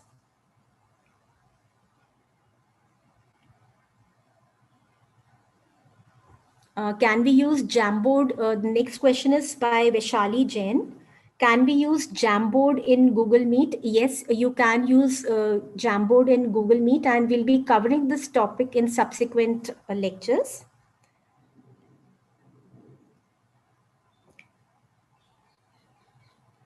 When we open, the question is by Dr. Shweta Gandhi. When we open a Google Sheet in Google Docs, then can we retain the sheet again? Yes, this would become two different things. When you are embedding is different thing, you can copy it also. When you're embedding a sheet in Google Doc, then actually you're working on the same sheet.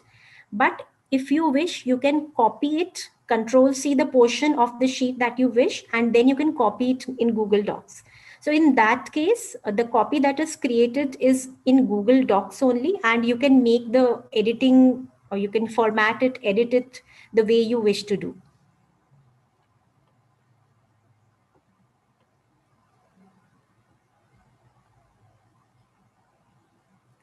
Dr. Rita has a question. I can't find percentage function in Google Sheets. I think this can be taken up by the resource person who will be taking Google Sheets. Dr. Manpreet Kaur has a question, how to make Google Forms. This will also be covered. We'll be covering Google Forms in subsequent lectures.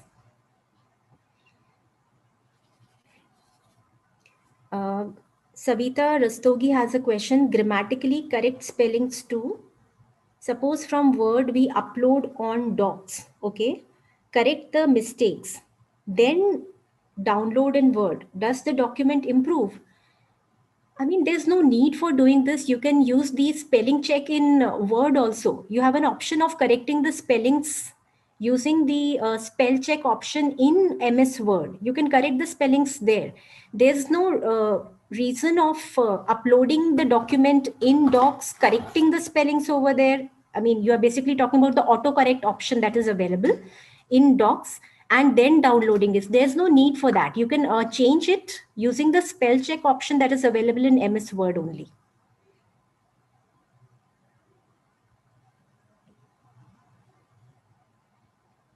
Dr. Shweta Gandhi has a question. When we use mail merge, can we have same message body but different attachments? Like, just a second. But different attachments, like we want to attach different certificates for a student with the same message but different certificate. Yes, it's actually for when we are talking about a mail merge, the mail merge, we cannot attach a different image file or a PDF for create a PDF or a PPT for that we generally use for creating the certificates, right? For when you're talking about certificates, Autocrat is the best method of creating certificates where you will have the same body, but you'll be changing the name of the candidates and you can mail it to the candidate directly.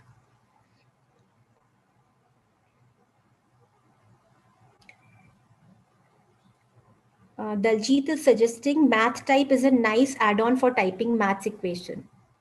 Thank you so much for sharing that with us, because we are not from computer science, but you have suggested a good add-on.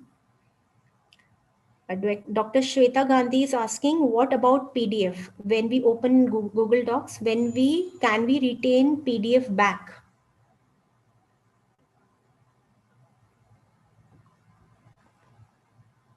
Can we retain PDF back? That means you're asking whether we can edit a PDF in the Google Docs or not.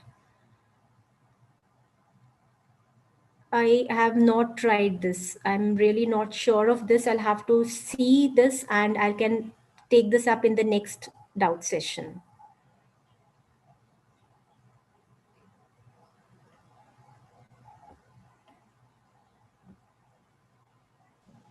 Ma'am, sorry to interrupt you. I think this is from the drive part only because I covered this part, how to open a PDF in Google Doc. Fine. Shikha, you can answer it then. Yeah, thank you so much, ma'am. So, Dr. Shweta, the thing is that in the video that I've shown, you can open a PDF in Google Doc and then you can make the changes. Similarly, when you save the Google Doc, so it gives you the option download as. So in download as, you can see the option that whether you want to download it as a Word file or as a docx, or there is another option download as PDF. So that ways you can do the opposite thing, that from PDF to doc, make the change, and then from doc to PDF back. So I hope that answers your query. And yes, there could be a problem like if you're opening a PDF with doc, so there might be some formatting changes. And if you convert the doc back to PDF, then probably those formatting changes will be there. So you need to make sure that it might not be exactly the same PDF, but the content will be there. But as I said, it may not be the exact one. So definitely you can convert from PDF to doc and doc to PDF back, but with a restriction that, with a constraint rather, that there might be some formatting changes. Thank you. Thank you, Shikha. I'll take up the next query. There's a question by Dr. Gopal Lal Meena, but I cannot read it at all. I mean, if somebody could help me. Yes, ma'am. Not at all readable. Ma'am, Hindi साहित्य के लोगों को तकनीकी सैद्धांतिक पक्ष में थोड़ी परेशानी होती है, लेकिन तकनीक का व्यवहार कर लेते हैं. I think this is just a quote. A comment, yeah. This is just more of a comment, yeah. Okay, the next question is by Dr. Smrita Bindra. Can Google Docs be used to comment on the assignments of students that they submit as PDF attachments? I have a suggestion over here that for putting comments, you can use Acrobat Reader, and we'll be covering how to manage the PDFs in subsequent sessions. So I think your query will be answered in those sessions. Then question by Dr. Yashwanti. If multiple people working on one doc and in the end you don't want to retain everyone's edit, how you go about it? This is basically I covered in the video where I had shown version history. If you want whatever changes, version history is basically the feature of Google Doc, which is capable of storing different versions of the document when the editing is being done.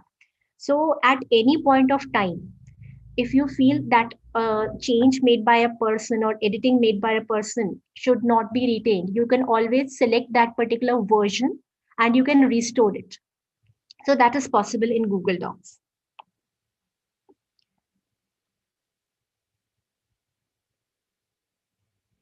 Then there's a question, can't we open an image and document by Google Docs? You can open an image. Yes, you can insert an image. I think if that is what you're asking, you can insert an image in Google Docs. That is possible, as it was a question in quiz. Not really sure of it. We'll have to check.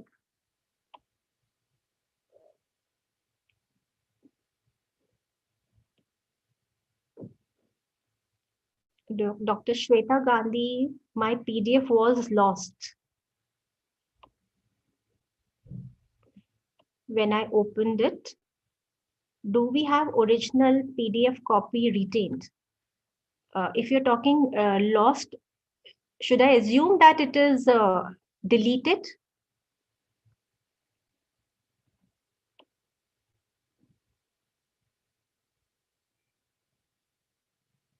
If you're talking about deleting a PDF document accidentally, then probably you can find it in the recycle bin if it has not been permanently deleted.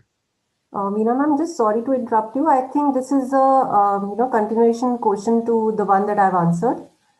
So Okay. I would like to answer that, yeah. So because she only asked that PDF question. So yes, Shweta, the thing is that if you open a PDF with Google Docs, so your original PDF should remain untouched. It will create a copy of it in the form of Google Docs. So that is for sure because I have just now cross-checked it. If I open a PDF with Google Docs, I can see two files, the original PDF as well as a Google document with the same name. So if your PDF was lost, so probably it could be some other reason, but not this reason that if you have opened it with Google Drive, then the original file can, you're going to lose that file. No. And probably if by accidentally you have deleted it, then you can go to your trash account or bin and over there also you can just have a look.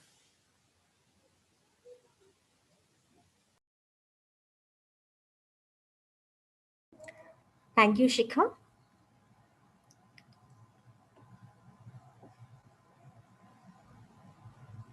Okay, there's another question by Shweta Gandhi. When we share a Google Doc with two people, do both of them know that it is being shared with the others, or it's like BCC, or it's like CC? It's basically when you click on the share button and you wish to share it again, you can see all the addresses with whom the document has been shared. So it's not hidden. You can see it. And even when you're working together, I mean, if simultaneously on the same document, I showed you in the video that the icons of the respective initials of the persons are visible on the top as well. So if you're working at the same time, it is visible to the either person. So it's not hidden.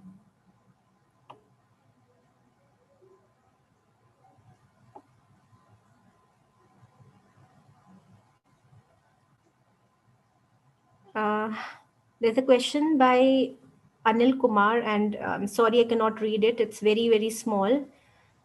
Ma'am, it's more of a comment than a Okay, question. I think I'll leave it out then. Yeah. Yeah, these were the questions on the chat box related to Google Docs. If anybody else has more questions.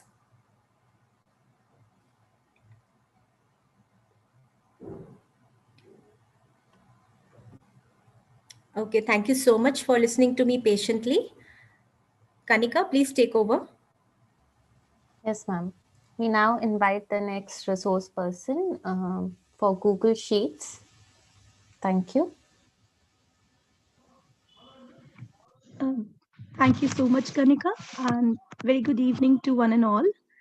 Google Sheets were covered by me myself, Dr. Jyotsna, and Dr. Shikha Badani.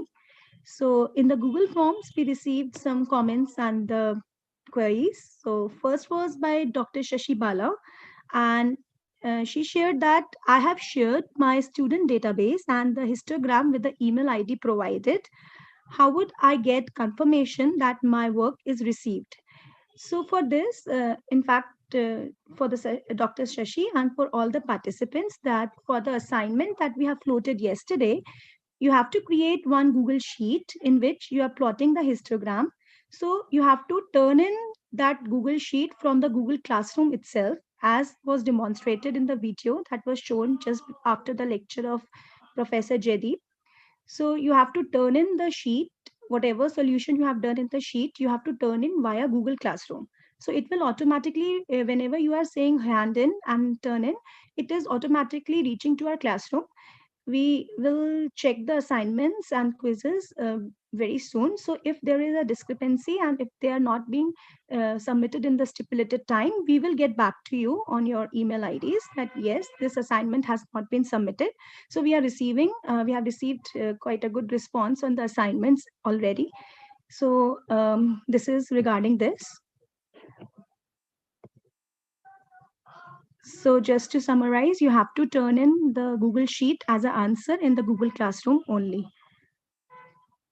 And then secondly, we have a query or more of a comment from Sangeeta Sharma, Dr. Sangeeta Sharma. And she says that actually, I think I need a little more practice for sheets as I keep forgetting the formulas again and again. So how can these be dealt with? And I could not do the identification of wrong email IDs in the question part. So for Dr. Sangeeta Sharma, I'm putting up a link in the chat box. I think this is the link where we can refer to various functions of Google Sheets because it's so exhaustive. Like we have like plenty of functions, so it's an exhaustive list. Nobody can remember all the formulas. It's very difficult. So I think on this link, when you go, you quickly refer to the formula and then we can just apply and try on the Google Sheets. So it is a comprehensive summary for that. So I hopefully this link will help you to quickly refer to any formula and just apply on the data that you're working on Google Sheets, because it's difficult to remember all the functionalities, all the formulas, even for ourselves. So we quickly refer to the help, Google Help, and then we work over it. And also, I received a feedback comment why we are preferring Google Sheets over the Excel sheet, like normal Microsoft Excel. So I think Google Sheets have a lot of advantages over Excel in terms of being, you can work on them anywhere, anytime. They are stored on the cloud, so they are not machine dependent. Secondly, you can collaborate over the sheets, as we have seen in the Drive videos and Google Docs and Sheets videos, that we can share our work with our preference to whom we want to share the work with. So, it's very handy to work in a collaborative manner, especially in these pandemic times when you are working on your home. So you need to collaborate with people at many tasks. So you just, create a Google Sheet or a doc and you can share. So it is the advantage of Google Sheet that you can work in a collaborative manner. Plus you are maintaining the version history, I think. So you can track that what changes have been done by whom and what was the last valid data. So it is more advantageous in terms when you are collaborating with each other. So yes, I think these are advantageous. And it is actually introducing so many formulas in Google Sheets. Now Google has introduced so many formulas, and even as you must have seen in the videos that we did explore option. So there is a artificial intelligence counterpart to this. Like it is, if you have some data, it is artificial intelligence has been applied, and it is automatically picking up the data and queries and solving the problems for you. You just give the data, you put it up an explore function, it gives you the recommendations that okay, these kind of questions can be framed over the sheet and these are the possible answers. And so I feel there's a lot of advantages of using Google Sheets in that terms. Then we have a question from the Dr. Sangeeta Sharma itself. So she said that I could not do the identification of wrong email IDs. For that, I'll be sharing my screen.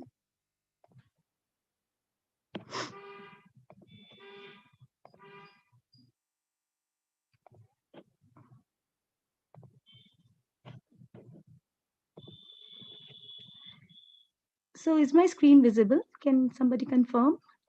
Yes, ma'am, it's visible. Yeah.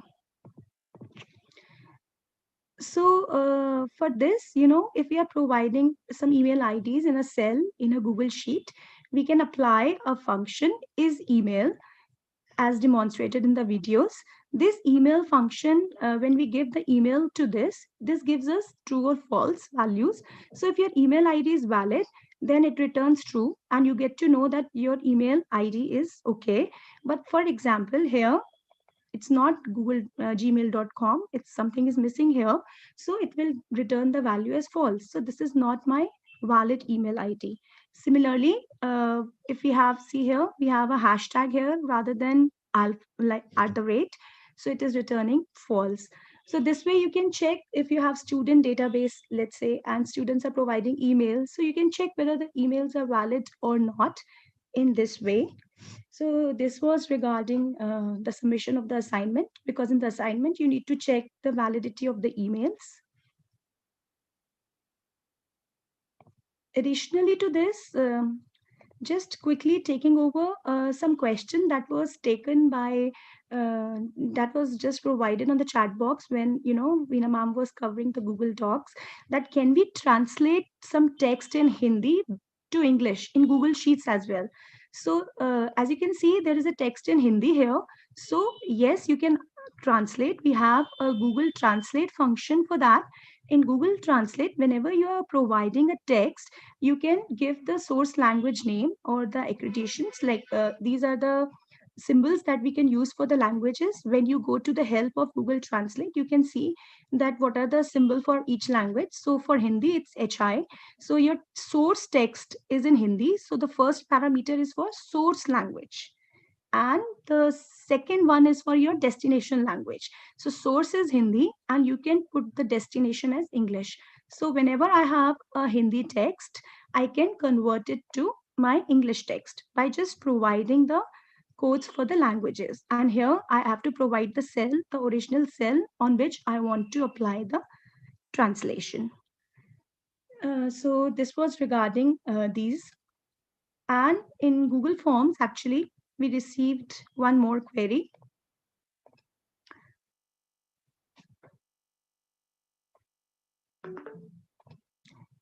So that was by Dr. Sakshi Verma from PGDAV College, that can we remove off days or holidays from the timetable being prepared in the Google Sheet template? So basically, what I tried for the videos for the attendance template, not the timetable template. Actually, I've never tried the timetable template for that reason. But yeah, for attendance template, I think she might be asking for that. So we have flexibility. This is a by default template that has been given by the Google Sheet, but definitely we have a flexibility to change according to our own convenience, as demonstrated earlier, that we have the keys here. So this can be modifiable, like it is here written present, L is for E is for excused absence, and U is for unexcused absence. So these are the keys that we are using in the attendance template. But yes, we can modify them or we can delete them or edit them. For example, here I can choose another key. For example, holidays.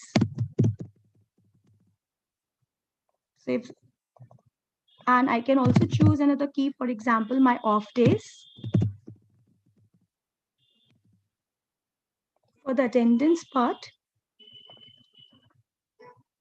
So here we are just, modifying the keys, what can be used. So whenever you are going back to your Google Sheets, you can choose, the key, for example, H. So H is for now holidays.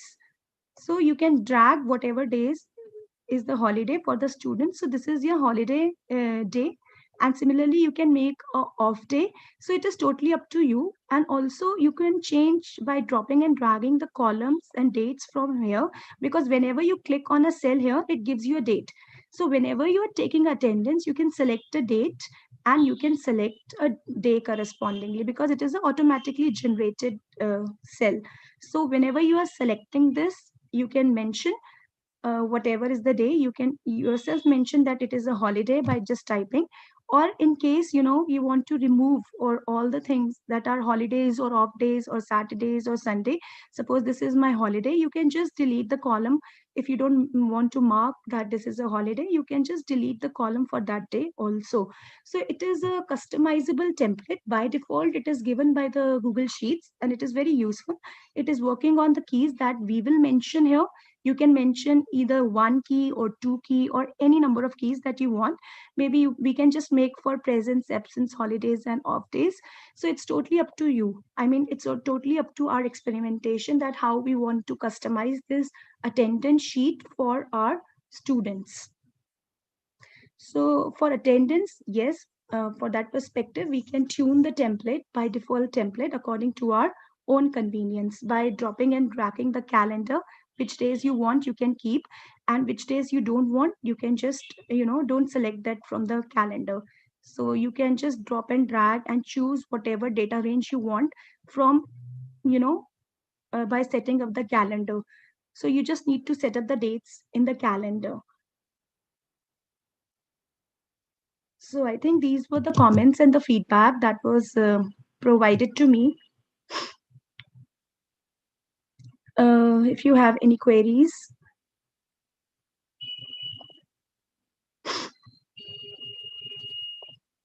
then we can take it from the chat box. In Excel, we can make heading or header for each cell.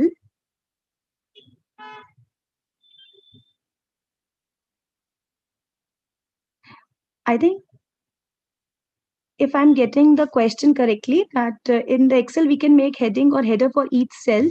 Can we make same in the Google Sheet? So yes, you can always make the headers and the headings in Google Sheet as well, and we can work over it. Yes.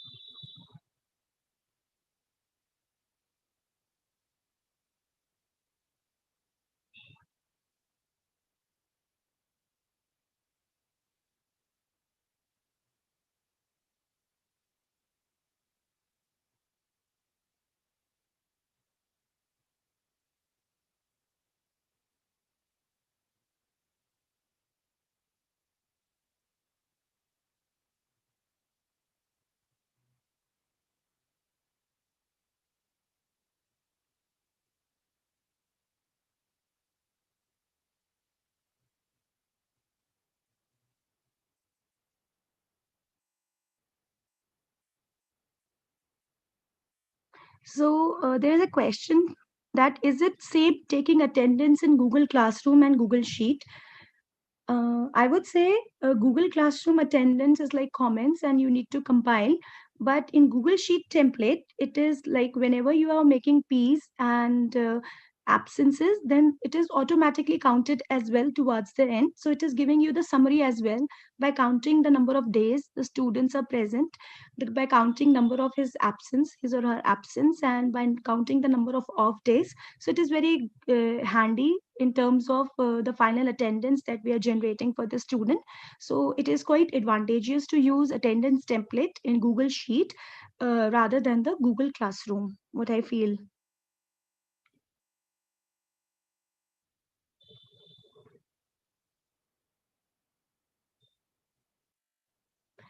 Then there is a question from Dr. Shweta Gandhiji that sometimes a code kind of thing comes when we open a Google Sheet, not the original data. What's that and why so? Some special characters and all. Uh, I'm really sorry, Shweta. I have never encountered such kind of thing that whenever I'm opening a Google Sheet, if you could please share your like screenshots or some original or the sheets when you're trying to open it in a Google Sheet that is coming like that on the email, then I think probably I'll be able to help you out, because I have never seen this kind of code coming up whenever I was using the Google Sheets.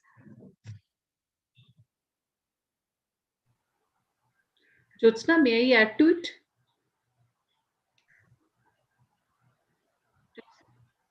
Oh, yes, ma'am, please go ahead. Okay, Shweta, can you write in the chat box whether you are getting hashes? Yeah, if the hashes are appearing, then in that case, that means that the number that has been fitted into the cell is too large to be displayed. For example, there is a 12-digit number that needs to be displayed, and there is a width of only 9 columns. Okay, understand this?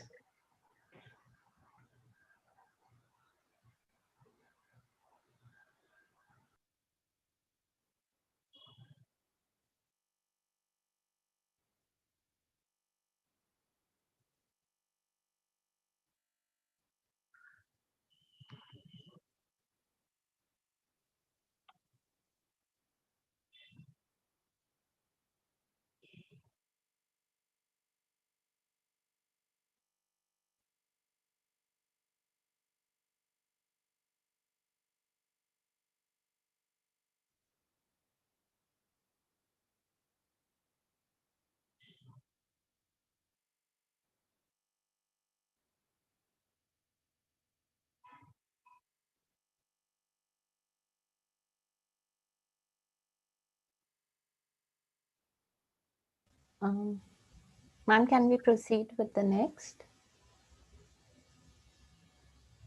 Jyotsna ma'am?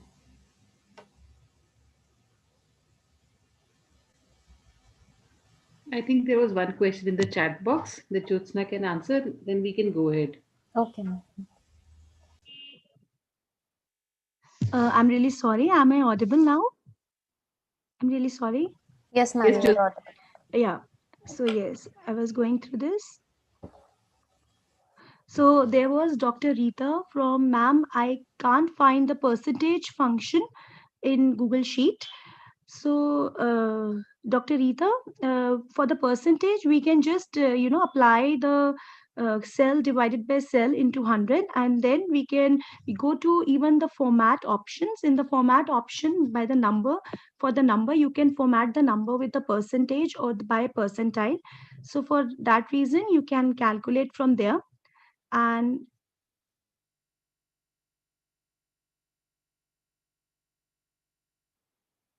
there's a comment that I normally took attendance from a classroom page. Yes, but now it's like we were doing this, like we were taking attendance on the classroom itself and with some plugins with the Google Meet itself.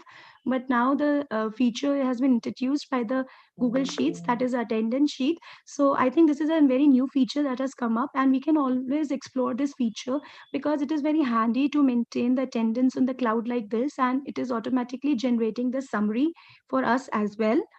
So I think we all can try for that with new features, trying to adapt ourselves to this classroom scenarios. So it will be a good option.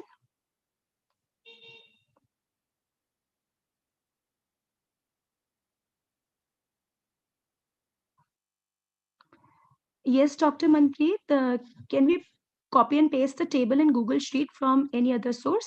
Yes, we can. Like if we are pasting, even if the formatting issues are coming up, we can again, as Dr. Shika has highlighted, that how to make a table. So we can cut, copy, paste. Even if the formatting issues are coming up, we can format the text according to the table, as has been demonstrated in the videos by putting up the borders. Yes, we can do that, Dr. Manpreet.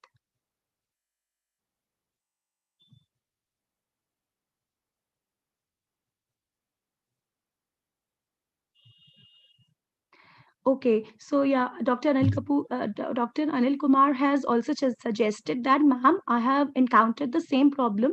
Google Sheet was not showing 10-digit number properly. So as Manju ma'am highlighted today that, there is some problem. I think we can just expand the cell and see the whole digit. Sometimes, when we are entering a large number, it goes into some abbreviations like in the form of exponents. So those could be the codes or hashtags. So we can expand the column width, and we can see our whole number rather than just sticking to the view of a column or a cell. We can expand, drop and drag to see the whole range. Or even we can use wrap texting, so we can see that how the wrap text option is working and what is actually the content there in the cell as in whole.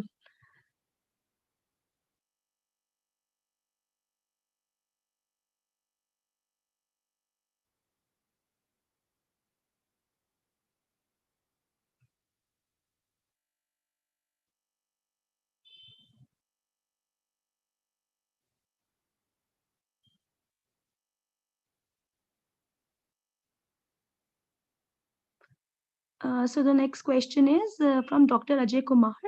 How we can take a printout of the whole Google Sheet with cells which are not containing any data for the manual attendance purpose?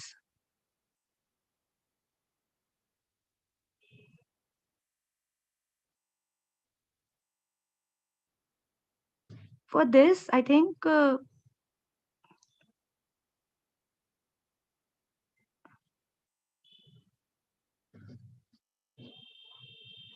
for the printable format, I really don't know. Like, I mean, we have to put some acronym like whether absent or present, or attendance is 0, something like that. But we can just if there are the cells which are empty in the whole column, maybe we can hide the row and then just take the printout. Or maybe if Dr. Shikha or anybody Yeah, else so would yeah, like I to can take comment. this up. Yeah. Yeah, yeah, yeah, I yeah. think what Dr. Ajay is asking, like if I'm getting it correctly, that if you have created a sheet, say with the names of students, and maybe you have columns for dates, and you want to take a printout of it so that manually you can add P or A or whatever. So usually when we take the printout, only whatever you have written that comes out as a printout. So because you have not written in some of the cells, then how to take printout of empty cells, if I'm getting it correctly. So the idea is you can select, okay, so you can select the whole area which you want to get printed, even if it does not contain any data, and then go to print option in the file menu. You can find the print option.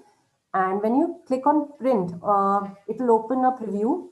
And in the preview, you have to select on the top right corner, you can see the option and it says selected cells. So probably I think I can give a demo of it. It will be much better. I'll just share my screen with you.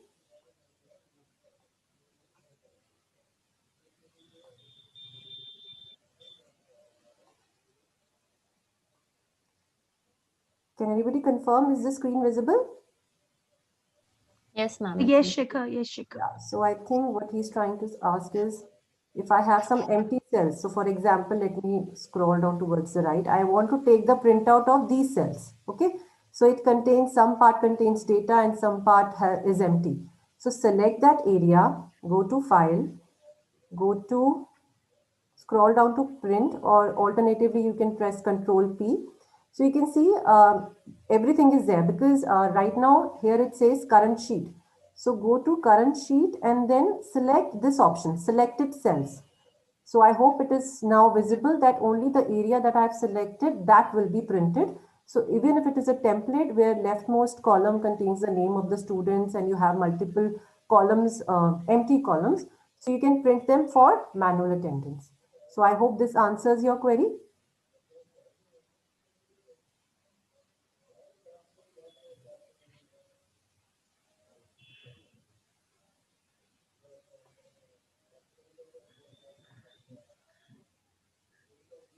Okay, thank you.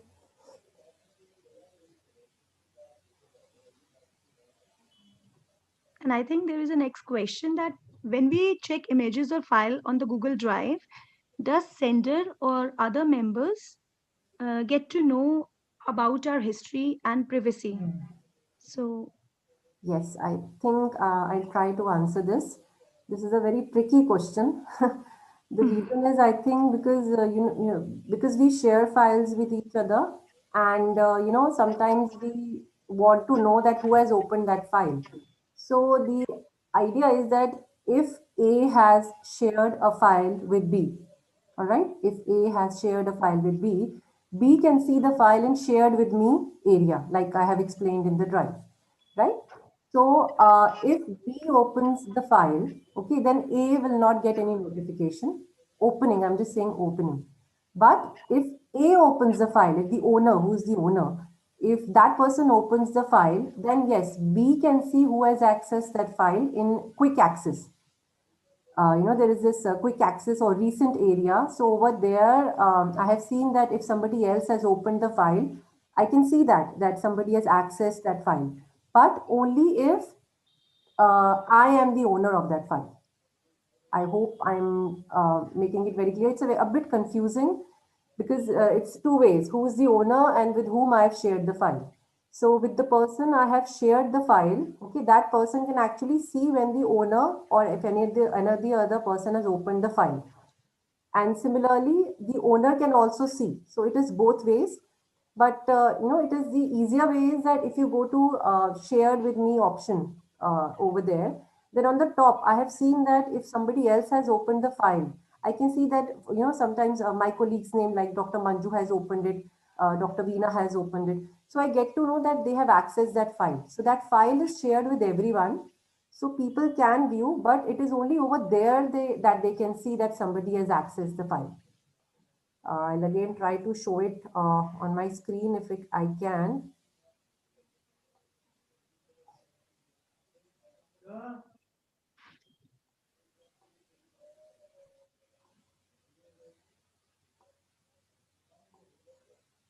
Yeah, is the screen visible? So here in the shared with me area, I hope you can see that these are the files that are shared with me. Okay, these are the files which are shared with Techno Update email address. Now here we can see that I have changed.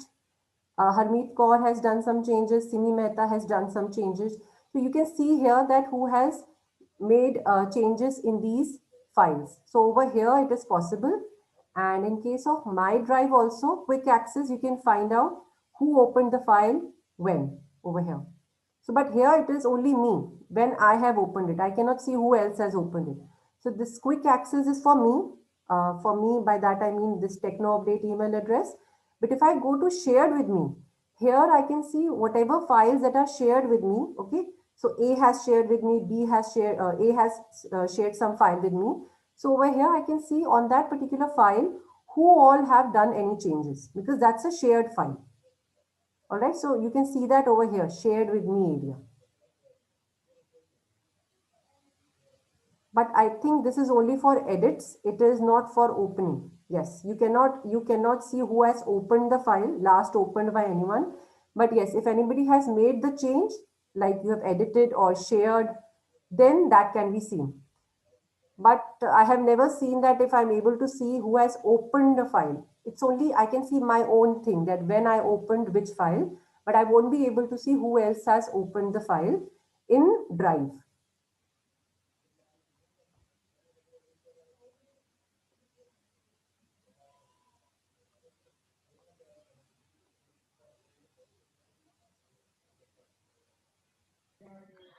Thank you, Dr. Shikha.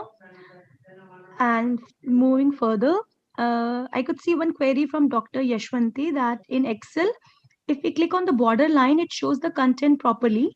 Will it work in Google Sheets as well? Definitely, because in Google Sheets also we have borders, different kinds of borders when we are making tables, and we can expand them and fit to the text or anything that we want to make it look beautiful. It can be done there as well. So everything that we can do in Excel, we can import it to Google Sheet as well.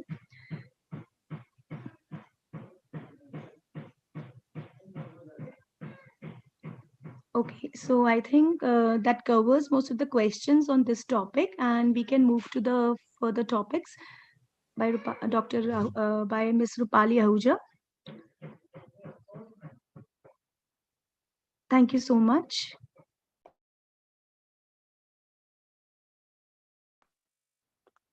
Thank you, Jyotsna, and very good evening to one and all. I hope I'm audible. Can someone confirm, please? Yes, ma'am, you're audible. So quite a few queries were received regarding OBS, OpenShot, and Handbrake. I'll take up with the first one from Dr. Rajesh Kumar. So he has asked how to go live on YouTube. So sir, for this first you need to create a YouTube channel, which will be a session tomorrow delivered by Dr. Veena Guriani. So there you learn how to create a YouTube channel, and once you've created that channel, you can upload your lectures on YouTube. And if you are trying to ask here how to do live streaming on YouTube, then once you create your YouTube channel, then there is a setting of go live where you need to do certain settings, and you'll get a streaming key from there. So you have to pick up that streaming key from there and use that in OBS software. So again, you in OBS software, you have to go to the settings area and make some changes in the streaming settings, where you need to put this streaming key along with the streaming platform, that is YouTube. So you have to basically synchronize your OBS software with your YouTube channel using the streaming key. So I hope it answers your query.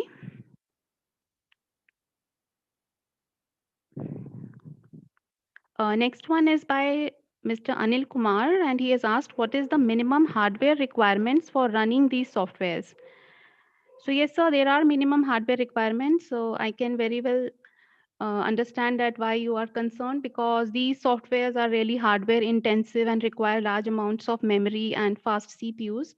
The minimum requirements are mentioned in their official websites like handbrake.fr, obsproject.com, and openshot.org. I will also share the links of these minimum system requirements with you. But if I sum these all, the minimum requirements are like 64-bit operating systems. You can run these on any platform like Linux, OS, Windows, but preferably 64-bit operating system, and multi-core processors with 64-bit support, a 4 GB RAM, 500 GB hard disk. So this will sum up the requirement of all the three, but for specific softwares, you can visit their website. So I'm mentioning that in the chat box also.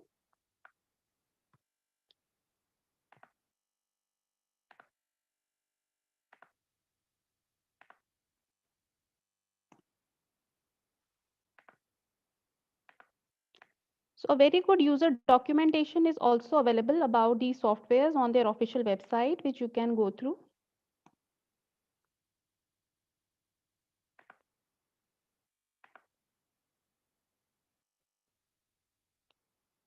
Next question was by Dr. Astha Ahuja. So she's saying that if I record my video at outdoor location, then how to minimize this natural sound or ambient sound? So true, Dr. Astha, this is a very big challenge that everyone will face when they are going to record their videos. Even indoors also we face this issue. So for indoor recording, we have to find a secluded place in our homes, and then we also have to look at our surroundings. So there should not be any interference, like there may be interference even from our fans or ACs, so we have to switch them off. So we face this problem even indoors, not just outdoors. But specifically, if you want to ask about outdoor, so what all we can do is that we can buy a unidirectional microphone for this purpose, which may capture just your voice and not capture any noises around you.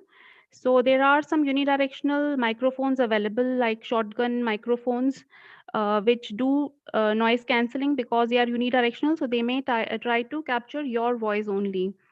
So you need to put these microphones quite to your mouth, so they are picking up your voice only and not the surrounding noises. Even after this, if you are facing some noises around, so you may explore some tools which do noise cancellation like Audacity, or you may use some advanced algorithm which are which may be used for noise reduction.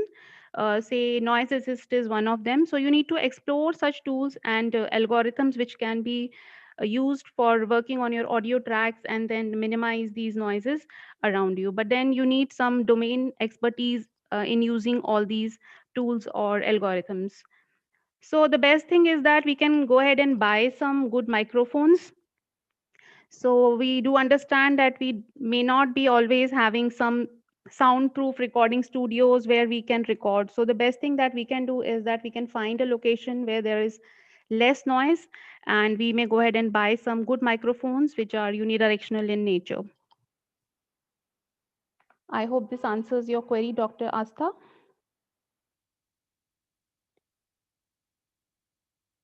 So these 3 questions were received in the doubt form, and then there were 2 questions in the feedback form as well. So how to use digital platform where internet connectivity is poor. So where internet connectivity is poor, what you can do is you can record your lectures, and whenever you get that internet connectivity, you can upload them and distribute. So anyone can watch them whenever they have the internet connectivity. Definitely, this is a drawback of using digital platform, that we need to have a good internet connectivity for using them. But yes, this can be an option that you can record your lectures and then put them whenever you have your good internet connectivity. And then there was one more question in the feedback form. So how to write mathematics symbols easily and 3D diagrams during online teaching. So using mathematics symbols during online teaching, so we can open those softwares which are facilitating you in using these mathematical symbols. So you may even open your Microsoft Word and try using symbols that are available in Word if they fulfill your requirements, and you can share that screen of Microsoft Word with others, or any software that you are comfortable in which have these mathematical symbols and all. Similarly, for recording, if you are asking this, so while recording also, so you can display any screen or your computer and capture that using the display capture input source that I had discussed in the videos.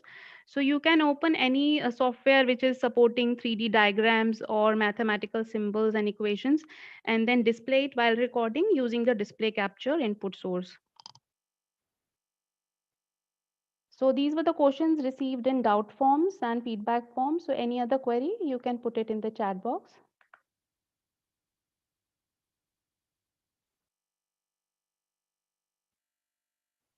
Yes, Shikha ma'am, we can definitely add filters also in OBS. But as I told you, you need to be a bit tech savvy for optimally using these filters.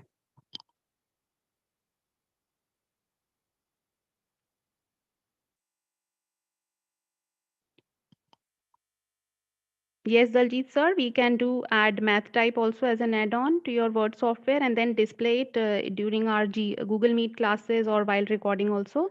We can use this software.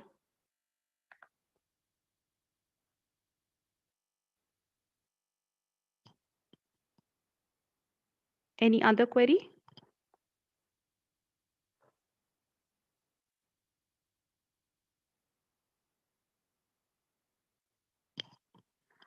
In PowerPoint, I think there is no insert option for equations, but we can write it in Word and then copy it in PowerPoint. I think I have tried that, if I'm not wrong. If someone else can add this, I don't think there is a inserting equations option in PowerPoint. We can write that in Word and then copy it in PowerPoint.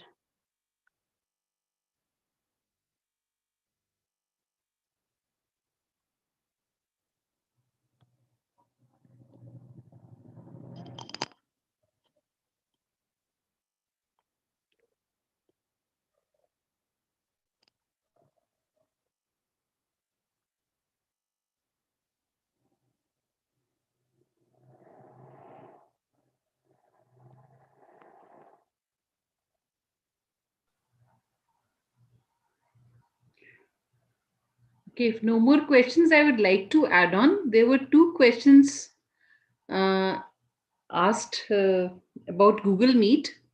One was that some of you were asking whether there's a mute all option available in Google Meet. Well, I searched for it because somebody said that yes, we can do it. So I tried searching for it, but mute all is not available as a basic Google Meet feature. It's available as an add-on. I'm going to post a link on the chat box through which you can go through how to install add-ons in Google Meet. There are lots of add-ons available through which you can carry out edit functionality. So you can go to the one of you asked about attendance also. So the attendance app is also available on that link, how to install attendance. So I'm sharing that on the chat box. Secondly, one of you had a question that you could share the screen in, you couldn't share the screen in Chrome, Google Chrome, whereas you could do that in Firefox. So later on, you added that as a comment. Initially, I think we made out, no, these add-ons are not paid. These are free add-ons, Sanjukta, you're asking this. So next, there was a question that one of the persons could not share a screen on Google Chrome, but could do that in Firefox. That can be attributed to two reasons. Either there is an ad blocker in the Google Chrome, which was not allowing you to share the screen.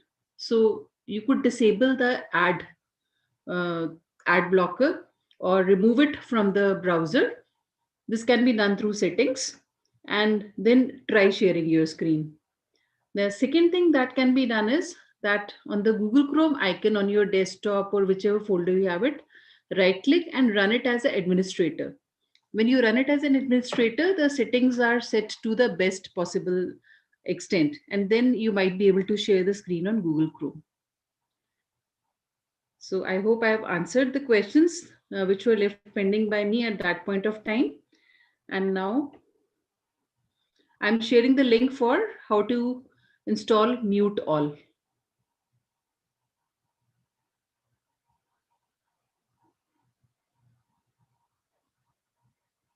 Okay, I think we move back to Kanika now.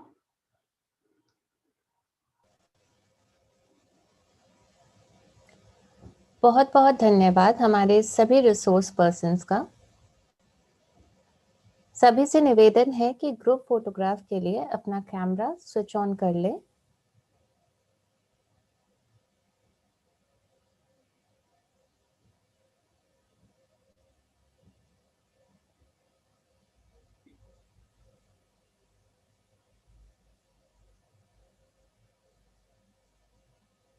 कृपया group photograph के लिए अपने camera switch on कर लीजिए।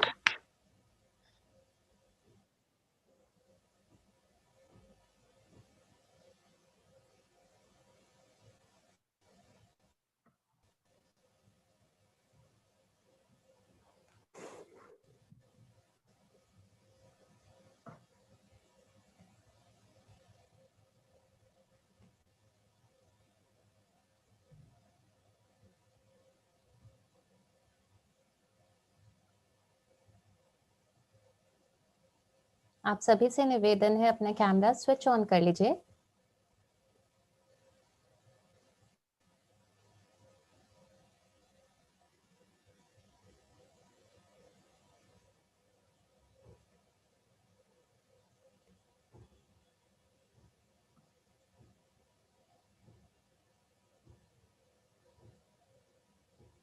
धन्यवाद।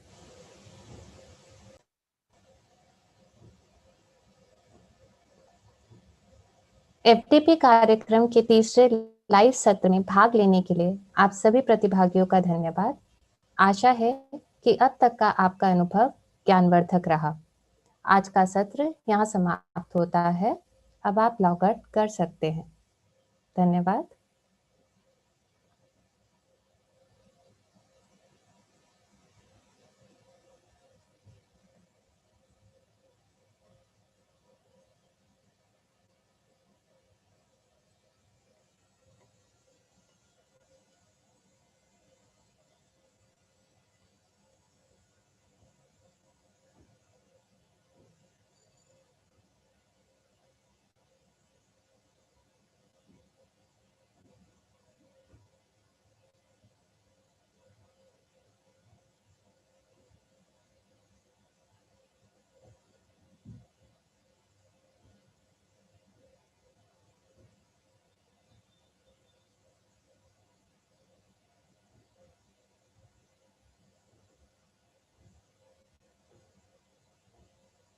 We may request you all to please log out.